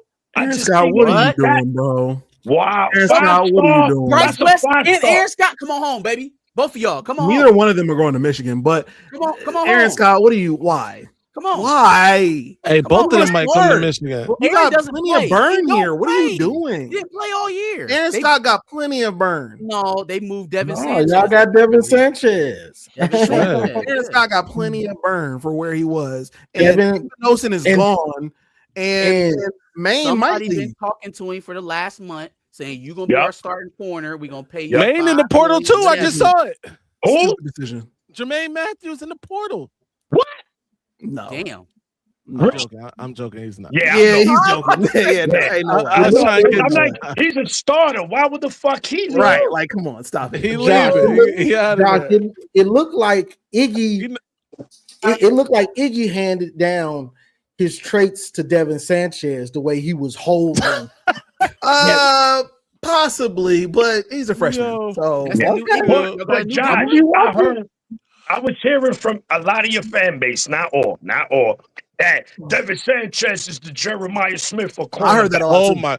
Hey, they got to stop it, bro. They got to stop it. And I will say this. Let me say this. About the transfer portal.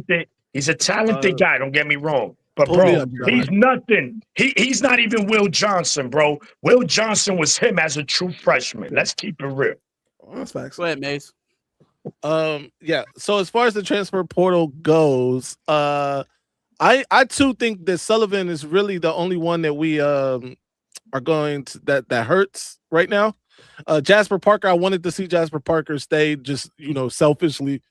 We never even really got to see him. Exactly right. No. But he would probably be fourth on the depth chart next year, so that makes sense for him to go.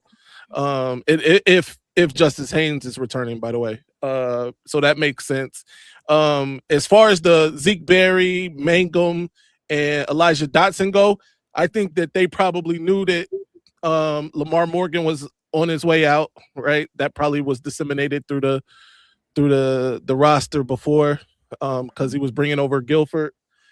So those guys leaving, none of those. I like Elijah Dotson a lot, though. I'll be honest about that. When he was on the field, he flashed. I wanted to see him. Zeke Berry leaving, I'm okay with it.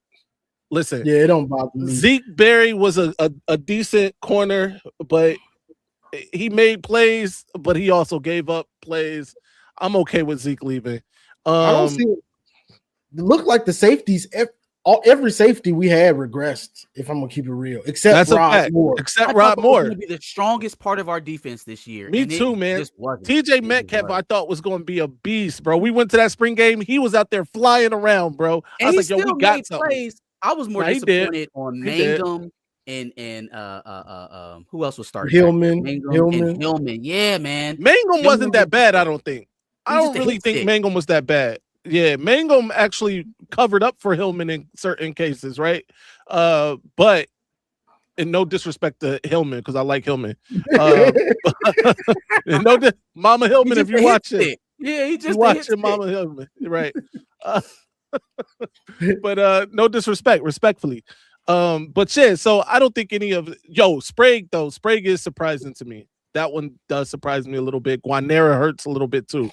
Those three, Sullivan, Guanera, Sprague, are the ones I think are the most dire to Michigan.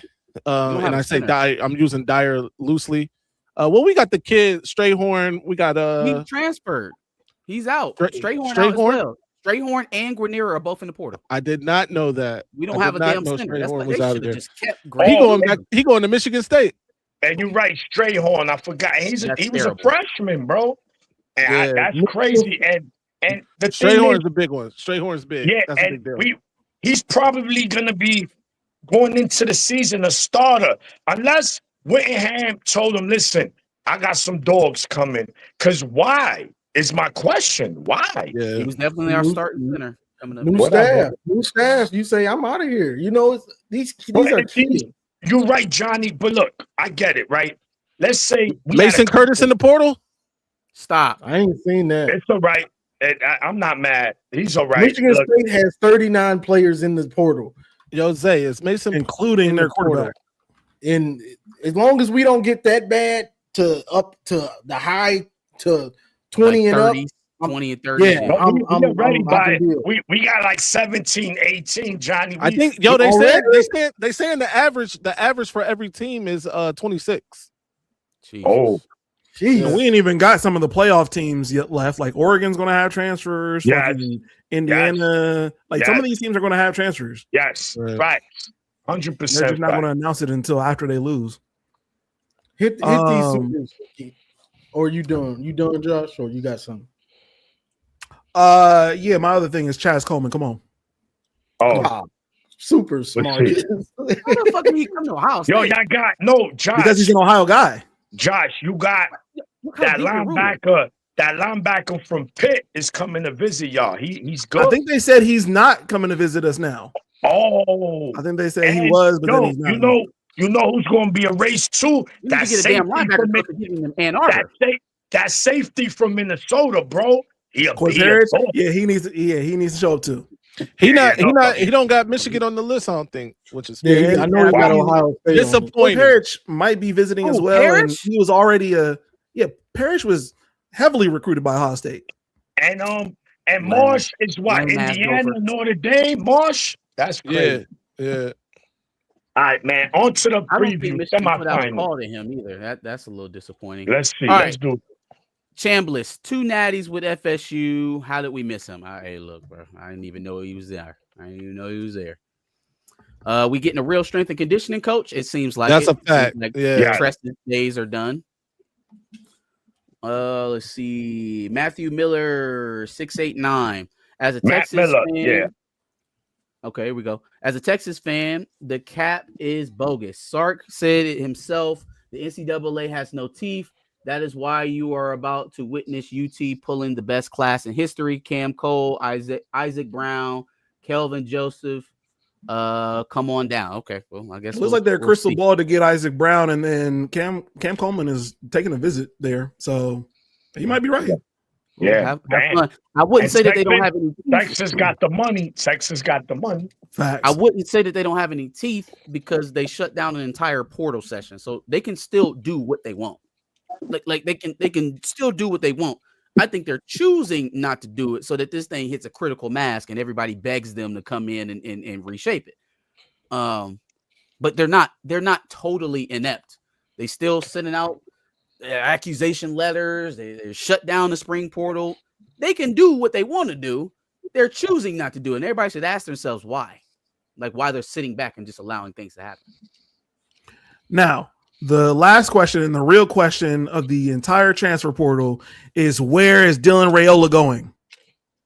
Damn. Everybody wants to know where is Dylan Raiola going? I already, Josh. Apparently, it's not Texas Tech. I got the drop. Josh. Oh shit. Burger King Tech. How would y'all? Well, actually, I'd be fairly happy. What if he ended up at Michigan State? He could. That'd be good. That's right. Ended up at Michigan State with Pat Fitzgerald. Yeah, that's possible. You want to lose? I was say he'd be the best quarterback Pat Fitzgerald ever had. I think the only place for him to go is Texas Tech. We got to see it full circle. They don't win. Now we God made him like this. They got it. Right. All right. So let's go ahead and preview the next games for next week. Indiana versus Oregon. It's a rematch from the regular season. Rematch from the. Did they? No, that was Ohio State. So yeah, rematch from the regular season. Oregon got one over. Probably their best win in the regular season. When is this game going to be played? Wednesday. Thursday the 8th. Thursday the 8th. Okay. Yeah, I really don't have much thoughts on it. I feel like this is a very evenly lined up game. It's very hard to win and beat a team twice in the season. Yeah, sure. I don't know, man. I could see this going either way. I have a little bit of confidence in Dante Moore, Oregon's offense. They're playing well on defense. Indiana's playing lights out on both sides of the ball. They already beat Oregon once. This is a toss-up for me. I have no idea. This game is played on Friday, too. Oh, I'm sorry. So it's the 9th. All right. So the Miami Ole Miss game is the 8th. All right. Thank you, Johnny, for that. Maze, what's up? It is hard to beat a team twice in the same season. We know that for sure. Look no further than Oregon a season ago, but also look no further than Oregon a few seasons ago when DeBoer in Washington put 2 beatdowns on Oregon. If anybody can lose twice in the season, it's Dan Lanning in Oregon. I'm taking Indiana. Okay. Oh. Yeah, so first of all, Indiana is even hungrier than they were the last time they beat them. They beat them at home for Oregon. No. Indiana's winning this thing. Indiana's for sure winning this thing. Yikes. Yikes. COL. It's not enough. The Coke is not enough. It's not enough. Oh, man. That's crazy. Yeah. All right. So, yeah, man, good. This is actually going to be the Peach Bowl. So this is going down in the A, baby, in the A, Atlanta. 2 Big Ten teams going at it. Indiana already put these dudes in the headlock in their house. I mean, it was, with the exception of that pick 6, it wasn't really a game like that. They dominated Oregon. It's like, we know it's tough, but if there's a coach that could lose 2 games, like May said, in the same season, it's Dan Lanning. So I think Signetti's on the mission, man. But I think it's going to be a hell of a game. It's going to be a physical game. But Indiana, they got that glow to them right now. I mean, it could go either way. If they could turn Indiana over and convert on them turnovers, it's become a different game. But if Indiana continues to play clean like they have been, it's going to be tough for Oregon to win. Mendoza's just smart with the ball. He's more athletic than Dante Moore. He knows when to run. He'll get them tough yards. They both got good running games. I just think Indiana's is more physical. Oregon's running game is more explosive.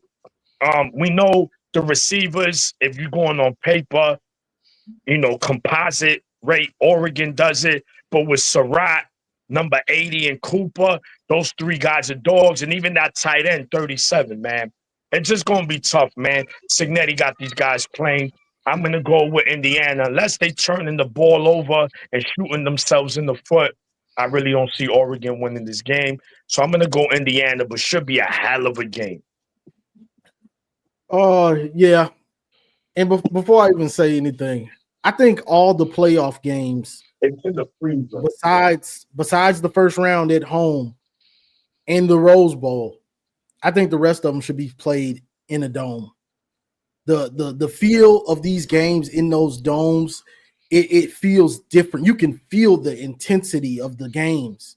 Like, it's just a different feel. And I think all of them should be played in domes, besides the first round that are at the actual university and the Rose Bowl. I think the rest should be in domes. It's something about the feel of them. It brings it up a notch to me, at least watching at home.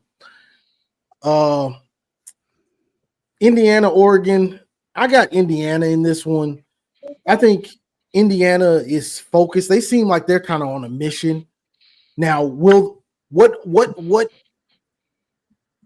adjustments will Oregon make from the first game, and will Indiana have adjustments ready for his adjustments? I think Signetti will. I think he's not stupid enough to do what Dan Lanning did and go in and play a team that you lost to and have the exact same game plan without a change up. I don't think Signetti's going to let that happen, honestly. And another thing to watch is Dan Lanning. Dan Lanning, he likes to call the game like Dan Campbell. And that's going forward on 4th. Super aggressive for bro, chill out. Like, when you play a team that's similarly matched, that's the talent composite is similar, or the talent, a really good team, because the talent composite ain't similar, but they're both really good teams. You can't be going for it all the time on 4th and playing so aggressive. Yes, once in a while you need to do those things, but he just shows that he'll get way too aggressive. And if it's a close game, all those points you left on the field, they come back to bite you. So I'm gonna be real interested to see how aggressive he is in this game. If he goes stupid, or not? Because there's aggressive and then there's stupid. Dan Lanning, Dan Campbell, they like to lean over the stupid a little bit too much for me when it comes to fourth down, going for it on fourth down in the red zone. Cocaine make you feel invincible. Yo. Go for it. We're going for it. Right. Coach, we're on our own 10. Go for it. Go for it. That man take a bump and can do anything. Fucking Hail Mary. Hail Mary right now. It's second and goal, coach. Hail Mary. All right. Ole Miss Miami.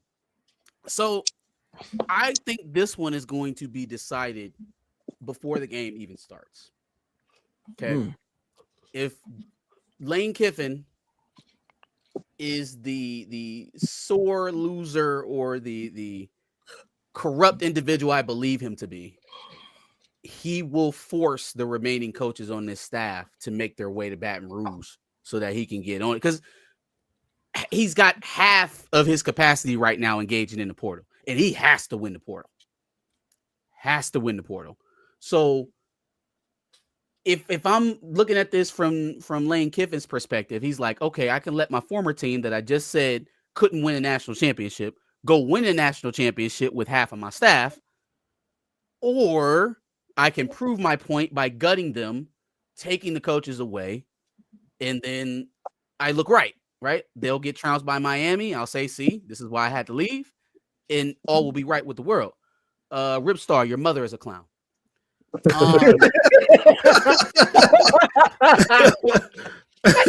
so casual.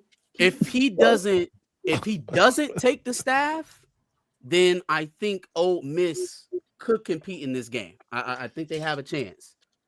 I'm not leaving if he take them away. I'm not leaving right now.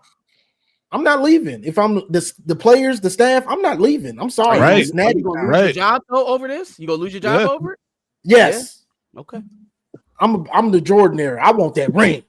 Yeah. If they do, I hope they make it known that he tried to coax them out. Because it's just rumor right now. But I hope they make it very clear, because they've already said we pretty much tried to get us out of here before the playoff game. Wow. He wanted us out of here before the playoff game. They said it without saying it.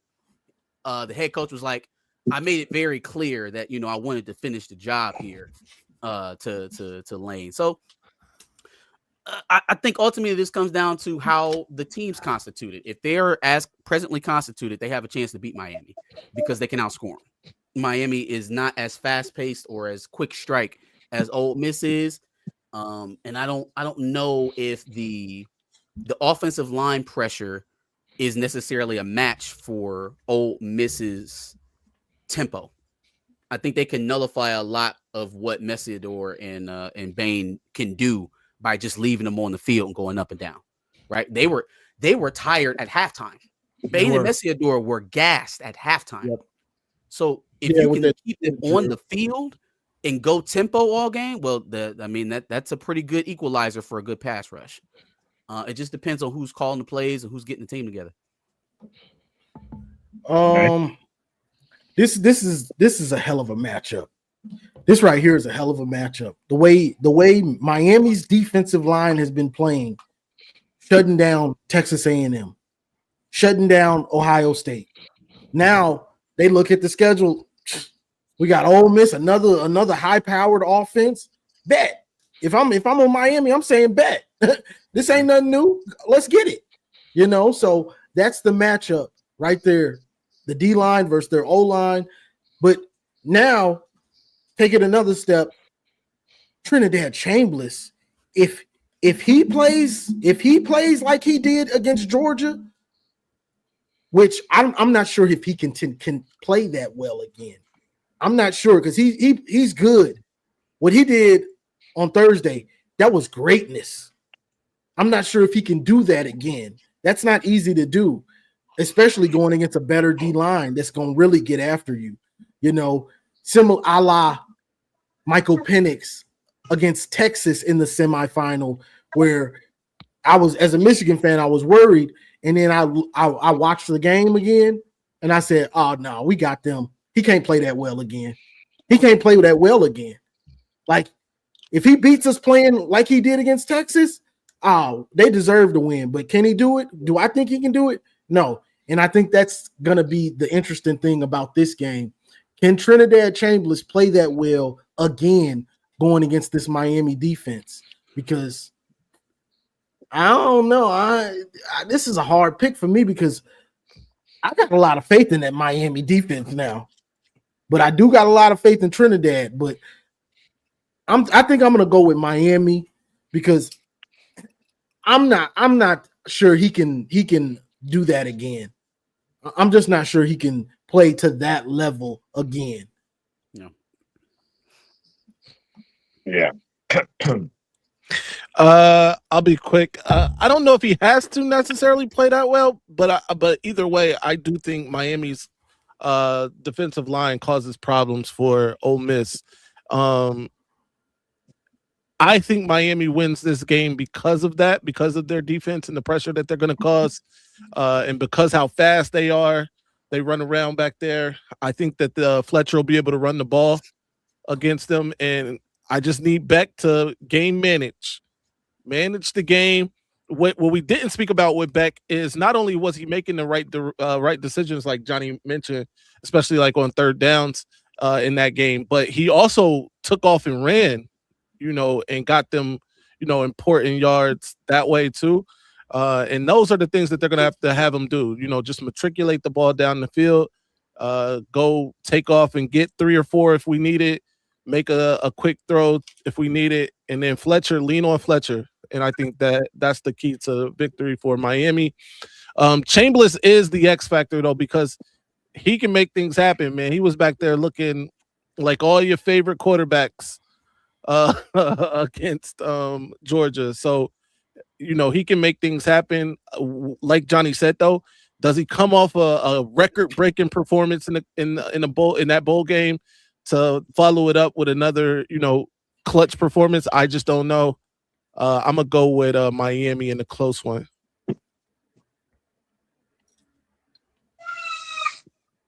Who up, Josh? Yeah. So first of all, I definitely have this game being Ohio State versus Georgia. And that says a lot because both teams overtook the team that was ahead of them, right? And so that's a lot should be said for both Miami and Ole Miss to getting to this point.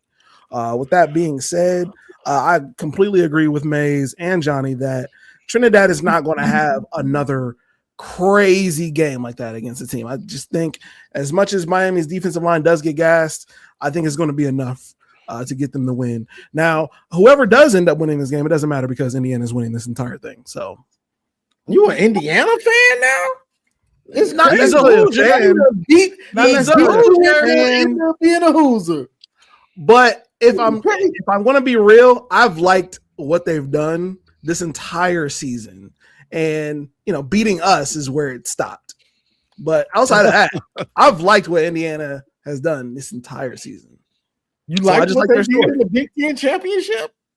Again, until they beat us, that's where it stops, right? But everything else, I've liked the story of Homeboy taking them from a 2-win team to where they are now. I like it. Beating y'all was the easiest part of what he did. What? Huh? No, go ahead. What? Okay. Anyway, thought so.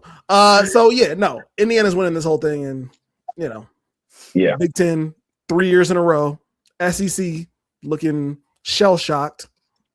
It's amazing. They put in, what did they put in 5 SEC teams?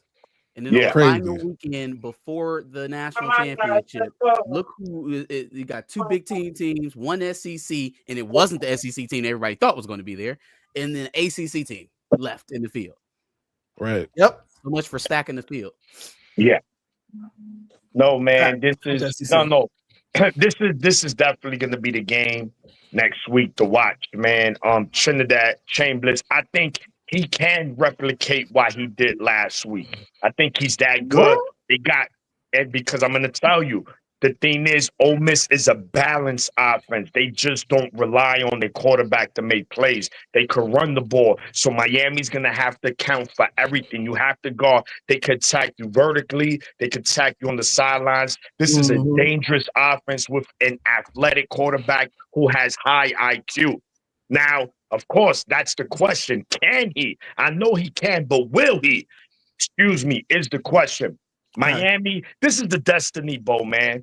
This is the Destiny Bowl. Two teams that we did not expect to be in this position right here at the semifinals. I believe Mays mentioned it. As long as Carson Beck could be a game manager, don't put his defense in bad positions, take care of the ball, make smart decisions, it's going to be hard to beat Miami. They're the more physical team. They're better defensively. Ole Miss is better offensively, but it doesn't matter. Run the ball, take the air off the ball, shorten the game. Phone booth, phone booth, phone booth. They get Ole Miss in the phone booth. This is a Miami game. If Ole Miss could turn this into a shootout, ooh, I don't know how many guns Miami got.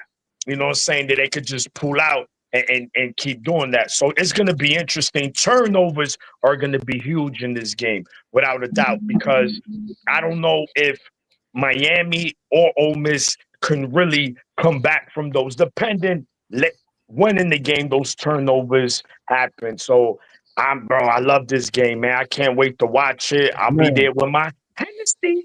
But I'm gonna go Miami only because of what they've done to the two offenses they played in the playoffs, and these ain't Mickey Mouse offenses. They got a total of 12 sacks in 2 games. 12 sacks in 2 games, bro. That's crazy.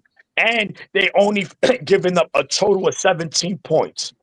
So you got to go Miami on paper, but bro, both these games could go. I could see Oregon versus Ole Miss in the Natty as well. Like, that won't shock me. So Indiana, Miami for all the marbles. Let's talk about it. Hey, whoever said Oregon versus Miami is going to be the Coke Bowl is hilarious. Yo, that was good. That was good. I saw that. hey, Dan Lanning might go off the Rico, get some of that pure Perico out there, bro. Yeah. You Michael Irvin has been looking like he's on the Coke. He gonna link up with Irvin, bro. They part of the ski teams. Yeah. Let's go ski. Michael Irvin been wilding. They about to go slalom in that. That's crazy. Yo. So we'll be back. We'll be back next Saturday to recap the semifinal games and obviously talk about who's in the Natty, man, and update on the transfer portals and who our teams landed and who else did we lose. So next week, thank everybody for tuning in. Enjoy your Saturday. Again, Happy New Year to everyone. Happy New Year. Have a safe one. Don't be a knucklehead. And we out. I'm upset. I don't say much, but bro, we only got 30 more minutes. 30 more minutes, we get everything we fucking work for. Them boys ain't work how we work. They ain't feel how we feel. They ain't cry how we cry, gang.